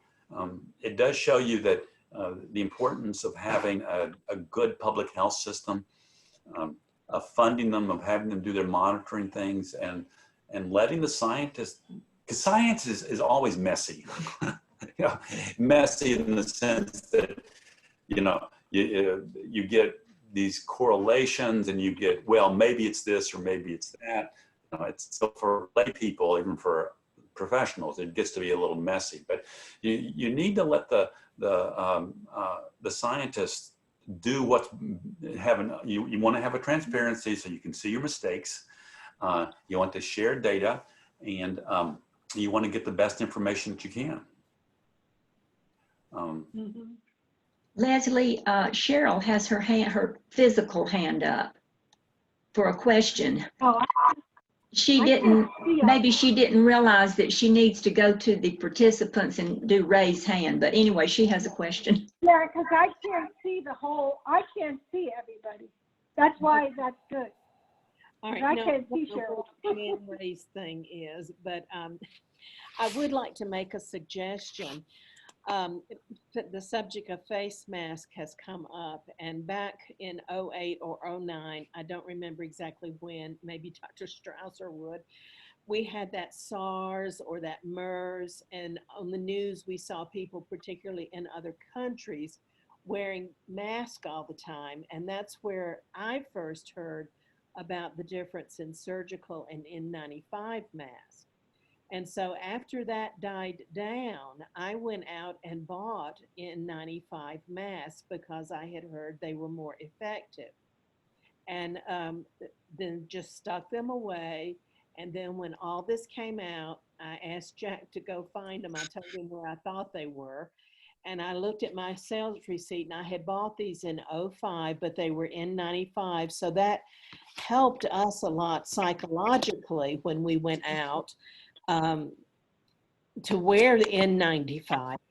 And I did not understand the difference in the types of masks, but I have learned that the surgical and what you see so many people wearing now protects other people from you, but the N95 protects you from other people. And that's what I'm most interested in. So I would make a suggestion that after this dies down, which it more than likely will, I got mine at Walmart. So just go to wherever you do shopping like that and get you some N95, put them away for the next time, because there will be a next time. I think you're right. Mm-hmm. I think you're right. And so I have some professional colleagues, a guy that I trained with, good friend of mine, he practices in Singapore. And then I've had some interactions with people in Korea. And, you know, they, in general terms, they reacted quicker to this than Western countries were able to. And some of it was the SARS experience and the MERS experience. So I was corresponding with my friend Peter. He's in Singapore. Well, they had all this set up from SARS.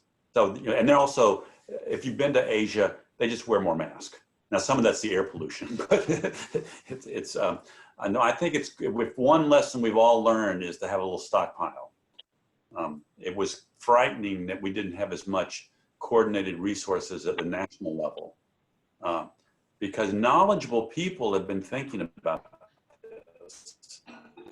I'm sure some of you heard it. There's a guy in Texas who makes face masks, and he had been personally petitioning the government to have more US made face masks. And it's not only is it good for his own business, but it's something he believes in. And the Chinese sell face masks, you know, 20 or 30% cheaper than his face mask. And if there's one lesson that has come out of this, is that we need to do some global planning, whether it's in our own home or our own country or whatever, to have our own stockpiles. Because this is going to come up again. Maybe in the fall. I know, I hope not. No, you don't know. You don't know. But has Emory used some of these discussions to prioritize and to prepare in case it comes back? Do you have that strategies in place now? No, I think I have been pleasantly surprised. Those of you who know me well, you know, I'm real proud of Emory, but I'm also willing to tell you that it's a big bureaucracy that sometimes the left hand doesn't know what the right hand's doing. And it's a big, you know, it's hard sometimes to get clear things. No, I think that I've been really impressed that as an organization, they have really tried to be proactive and to be on top of it. Now, they are just like nearly all other businesses. What the Atlanta Business Journal reported, that this cost about $10 million in revenue to the Emory Healthcare. And you think, well, how could that be? Well, that a lot of these things, whether it's the protective equipment or other things, it has to come out of somebody's budget. And they furloughed about 1,000 people out of 25,000 people work there. So that's not, but they furloughed about 1,000 people and a lot of elective surgeries, and ophthalmologists can't do their exam by Zoom. And when you hear terms like elective surgery, a lot of people think, oh, it's eye lifts and things like that. Well, sometimes elective surgeries are things like you've had terrible knees for 20 years and now you finally decided to have your knee replaced.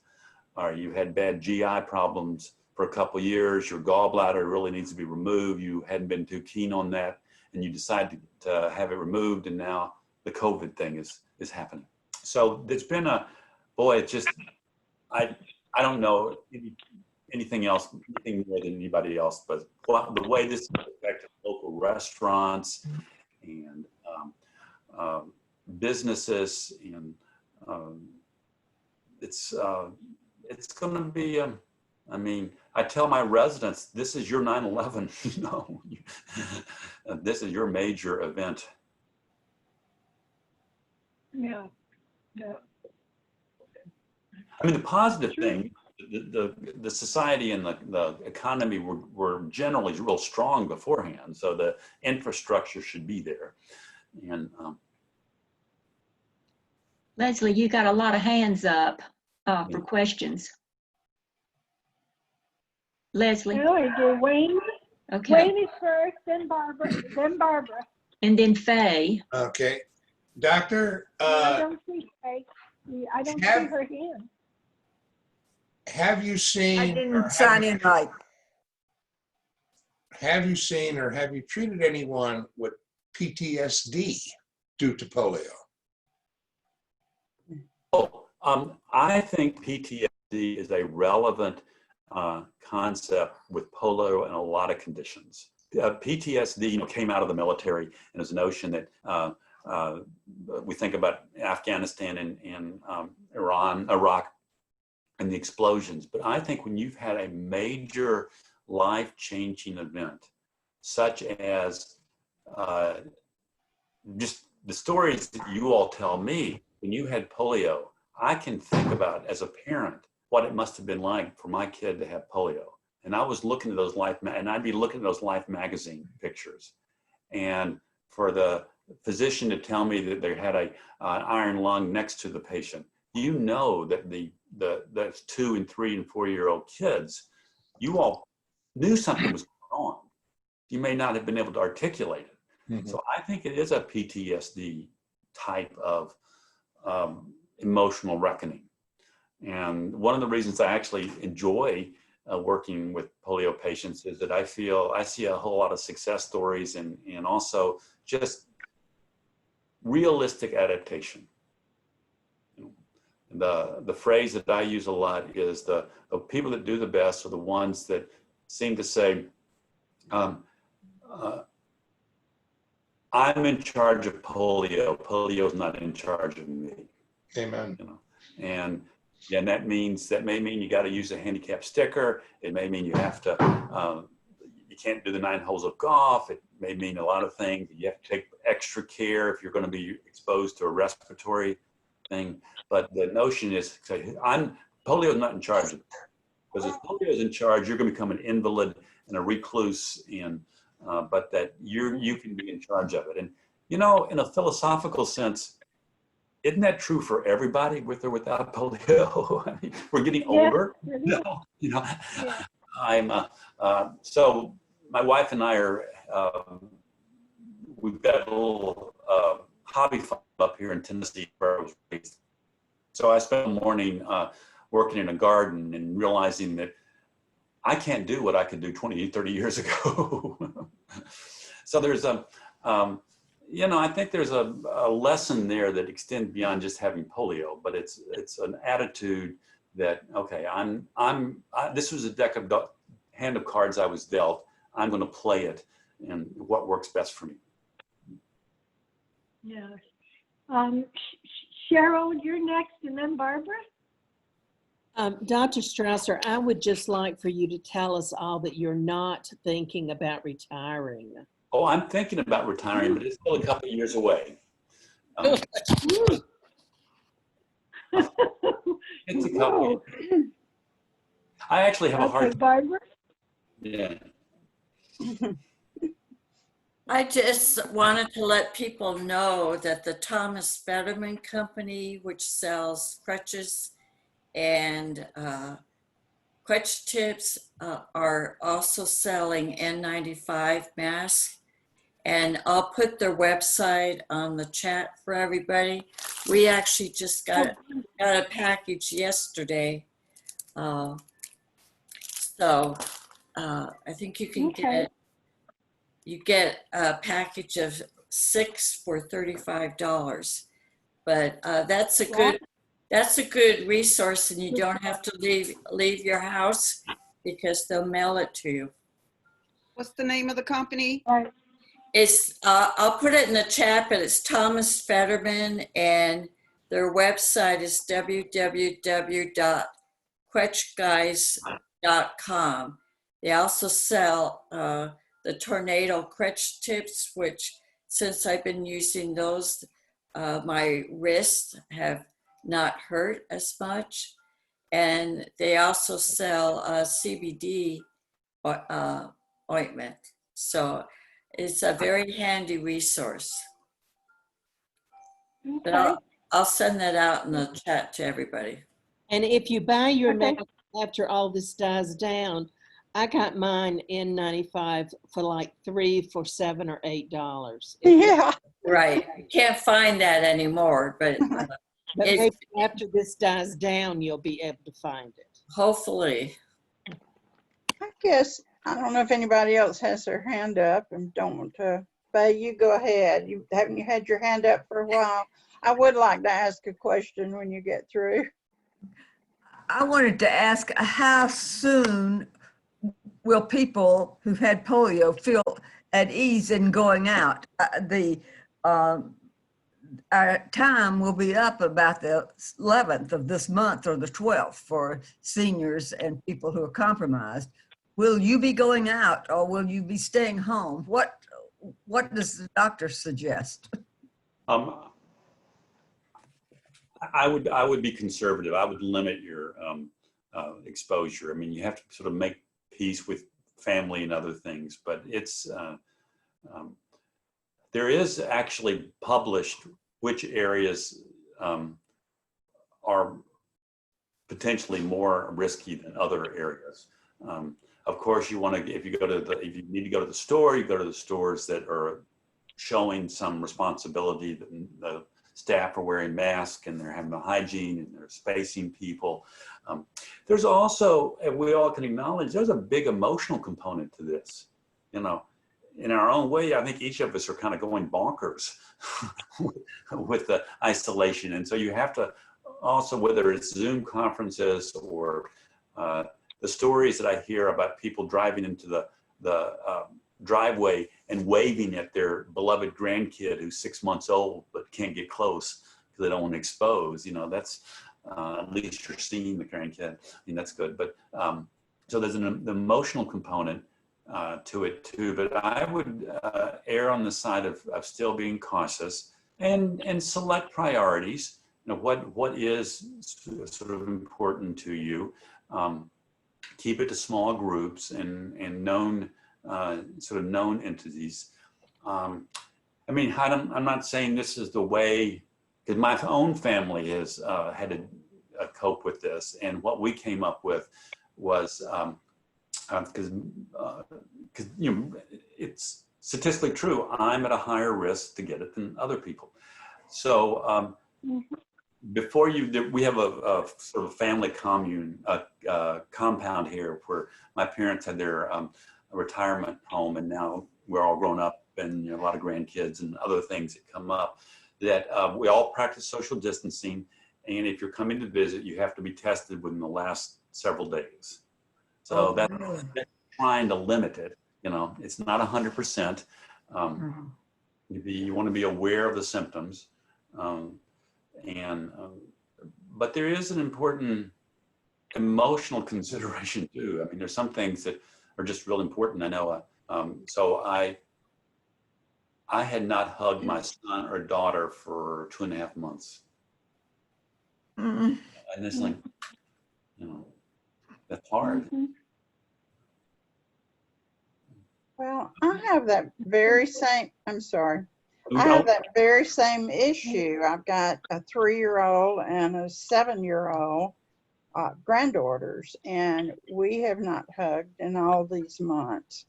And it's really hard. It's hard for them to understand, and it's hard for me. Well, we hugged this past weekend, and we just all cried, to just finally hug each other. But I've been worried ever since. So, I mean, what do you do? How can you be sure you're safe with the little kids? I know they're not as susceptible, but they're probably excellent carriers. Well, that may be true. And that's where, and this is really hard to internalize, but you have to think about risk, Yeah. I mean, the extreme example, any of us could be hit by a meteorite right now. It's incredibly unlikely, right? But it's possible. And so you sort of figure out what's important. I know that like when my kids happen to live up in Minnesota, they both came down here. They quarantined for 14 days before they visited my brother and sister-in-law, or sister and brother-in-law, who were just down the road. And they've been quarantining, so that they now feel comfortable that they can kind of get together as a unit. They do go into stores. They're very careful. I think wearing the mask is two things. Wearing the mask, if you happen to be an asymptomatic carrier, you're being socially responsible. And frankly, you're also communicating to other people that this is something you take seriously. Mm-hmm. I would also like to ask the question about the role of the virus with children, since it seems like there's less of that children getting this virus. I know, yeah, there's, I don't know much more than what I read in the newspapers, but yes, it does. It seems like kids are relatively spared. In some countries, like even Germany, they've opened back up the elementary schools and some of the other schools. A very small number come down with these horrible multi-system failures that happened in New York. So I think we're going to have, it's a little bit like the question of the person who got polio from the vaccine. Now there is a risk there, and we need to have a system to monitor it and to stop it when we see that it's a problem.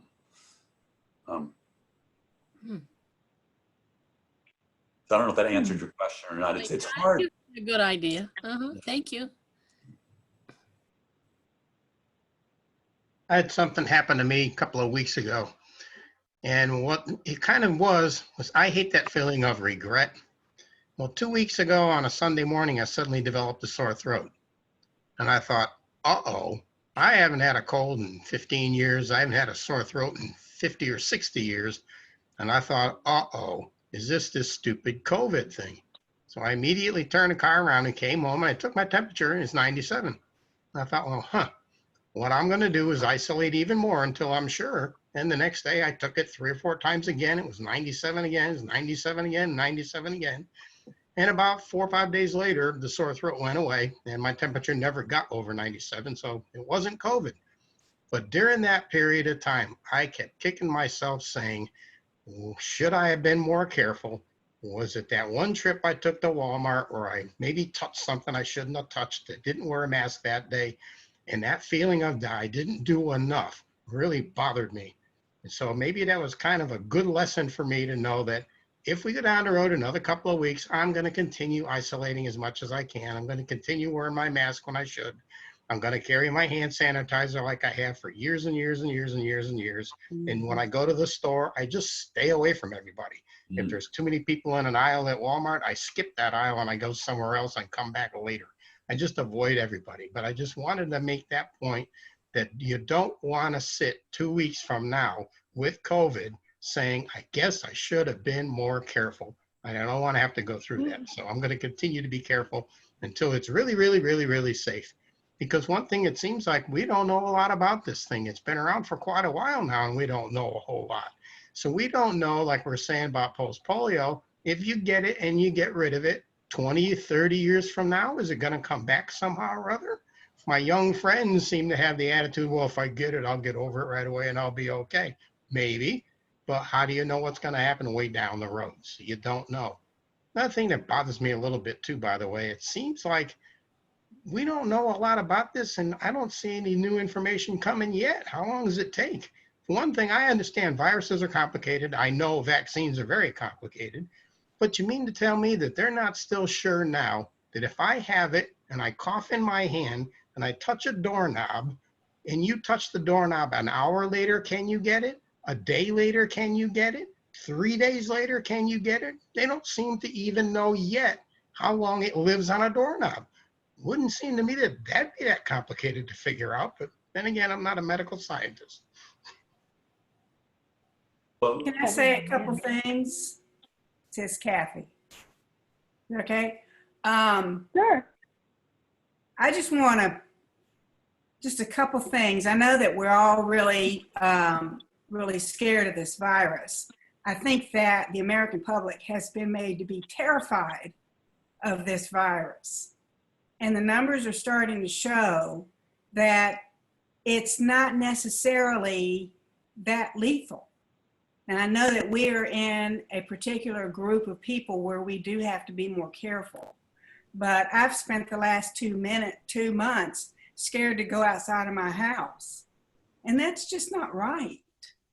And I'm not sure that it's justified to be that scared. I think things are starting to come out that this isn't necessarily that bad all the time. Yes, there are some cases that are very much more serious. But I was talking to someone who works in a nursing home a few days ago that said they had several people who came down with COVID. They came in and tested all of them. And several of these people in the nursing home were asymptomatic. Oh boy. Some of them were just sick. They had an illness. Maybe 2 of them ended up in the hospital. Nobody died. So I just want to say, you know, don't be so terrified.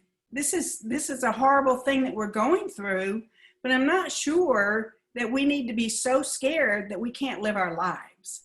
And having said that, I have not gone anywhere for the last 2 months except for the doctor's office last week. And I wore my mask, you know. I also heard, and maybe you can verify this or not, Dr. Strasser, but I know one of the ER nurses over there at Emory, and she said, and I guess her department or her section, her boss wrote to the, send them all information that of like 350 people that they were working with. They had them all with a PPE and the masks, and this includes a lot of administrative people. Only 2 people have gotten the disease, the virus. Over 350 employees, 2 people got it, and they were fine. So go ahead. The numbers at Emory have been low. They're tracking it carefully, but they're tracking both.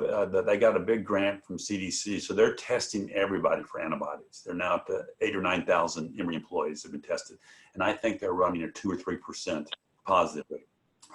The other just comment about relative risk. You know, the more dangerous places are, you know, you think about HVAC systems and the circulating air and stuff like that.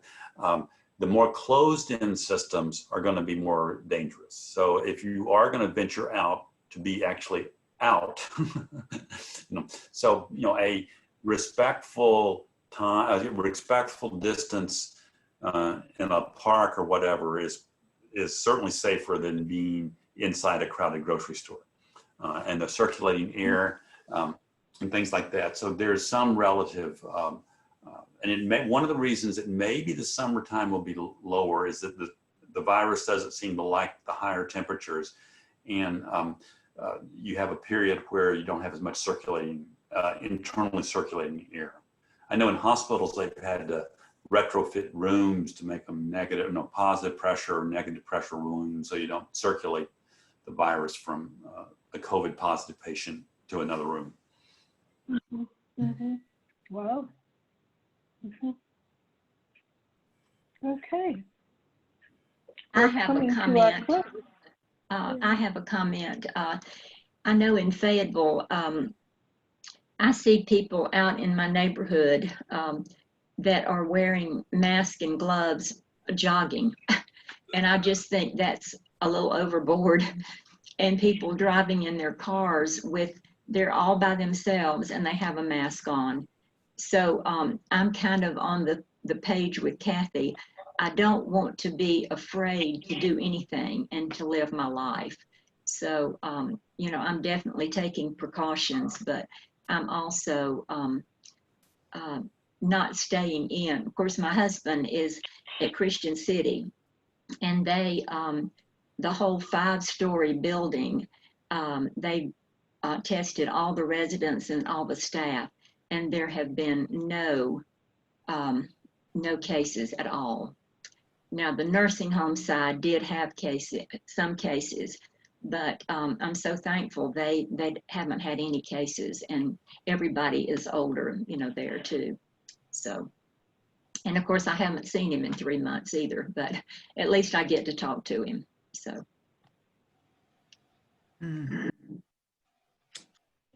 It's just, if I have as a last thought or last question is, given our situation and the, you know, the problems we do have, so whatever compromise we do have from those intercostal muscles being paralyzed and all of that, is there something in particular, if we, God forbid, end up at the hospital with this stuff, is there something in specific that we might want to be sure we say to the medical professionals, or can you, you know, give us the last word on what you think in terms of how compromised we are or are not because of the polio? That's really an excellent question, because hurried professionals have to be reminded that you had polio, and sometimes it's very upfront that, you know, I have weak respiratory muscles. You know, I was briefly on a respirator. They thought about putting me on a respirator. They didn't have to. I am particularly sensitive to anesthetics. You know, so from if you want to know the terminology, the medical terminology, it's as if you have a restrictive pulmonary disease. Okay. So an intrinsic pulmonary disease is where you're a smoker or you got, you know, something else going on inside your lungs. Polio affected is a restricted, so you're not able to open your chest up. So that would be that if you have to use the terminology, it's that you have a restrictive component. Many of you at some point have been evaluated by a pulmonologist. You can, if that pulmonologist probably did what's called PFTs, pulmonary function test, and to have access to what the old ones showed would be informative for the current situation. So if you've seen a pulmonologist for whatever reason, and they've taken those tests, sometimes, you know, the medical record has gotten so large and poor to navigate that they may not go looking for it unless you point it out. But all of you have to sort of carry the burden to remind them that you had polio, your endurance isn't as great as it was, you may have some swallowing problems, you probably have a slight increase in sleep apnea, you know, that all of this is not that the polio is resurrecting itself, it's just that these are all leftovers from it. It's, you know, Thank you. All right.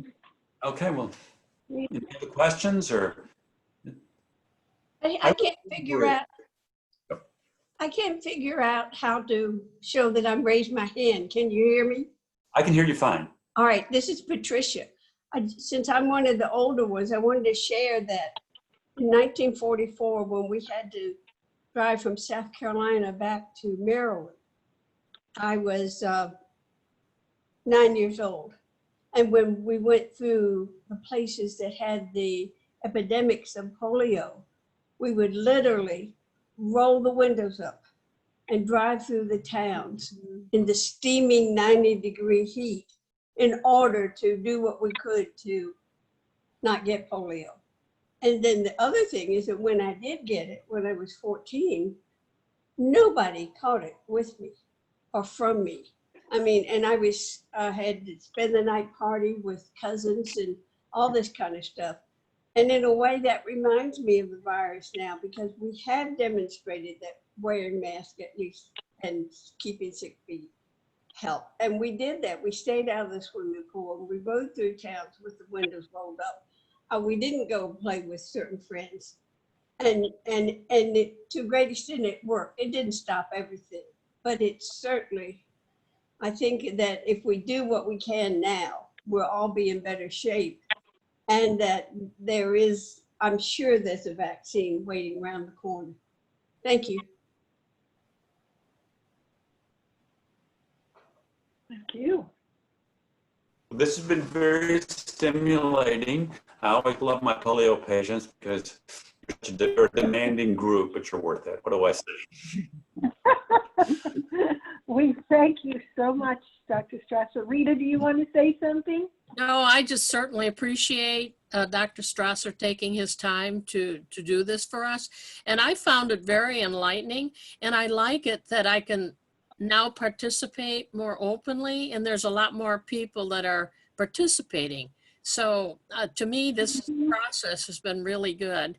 And I'm grateful for people that will take time off, you know, to participate, because it helps us all. So thank you so much. Yeah, thank you. Yes, thank you. Wayne, do you have anything? Yeah, well, Doctor, thank you for your time. It has been very enlightening, to say the least, to see these comparisons. And I want to thank. Wayne, I gather. Go ahead, sir. Wayne, I guess you must be a Beatles fan looking above your head. Oh, you can see him, huh? That was a Christmas gift for my son, but but I am. but I do want to thank all of the members here today because made this a very successful Zoom. And I know a lot of it was trying to get on was challenging, to say the least. That was my fault. Go ahead. It's hard to hurl a boulder at the guest speaker. Yeah, okay. Yeah, no, it worked out. It worked out. It worked out just fine. It was our learning experience today. We did it. It was wonderful. Very enlightening. And before everybody leaves, note that Barbara put that company that does the N95 mask. She put it on the chat room, so I won't close it if you want to copy it down, the website. So I just want to let you know that's there. Dr. Strasser, you're up in the mountains. Is that where you are? I'm about 30 miles west of Knoxville, so near Kingston, Tennessee. Oh, right. Wow, how wonderful. So you enjoy. That's a wonderful place to be. Yes. I wouldn't mind being still in the city. I'm Melissa. You sent me to Melissa. Okay, remember that no meetings in July. Okay. Now, Dr. Strasser, once again, it's really great to see you and know you're still doing good work. Well, and you're still there. Thank you so much. Okay, well, thanks, everybody. I guess we'll be saying goodbye or seeing you the next appointment. I don't know how to end it. Thank you, everyone. Do you do telemed? Yes, no, we've been doing, and I tell you particularly, this is so common. People get their blood pressure, they have to come drive in to see me now, and when traffic picks up. So we can do tele.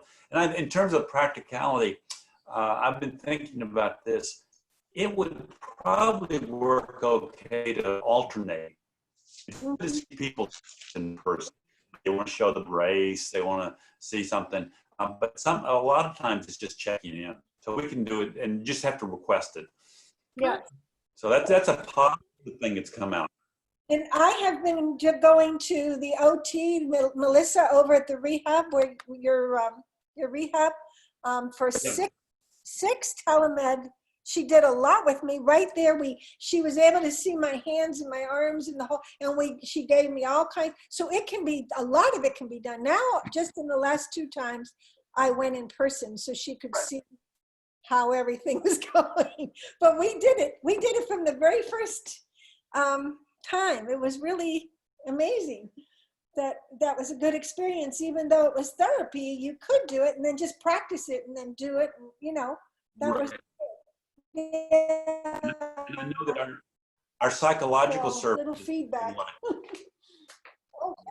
The Emory psychology services are doing a lot of telehealth. There you go. There you go. Yeah.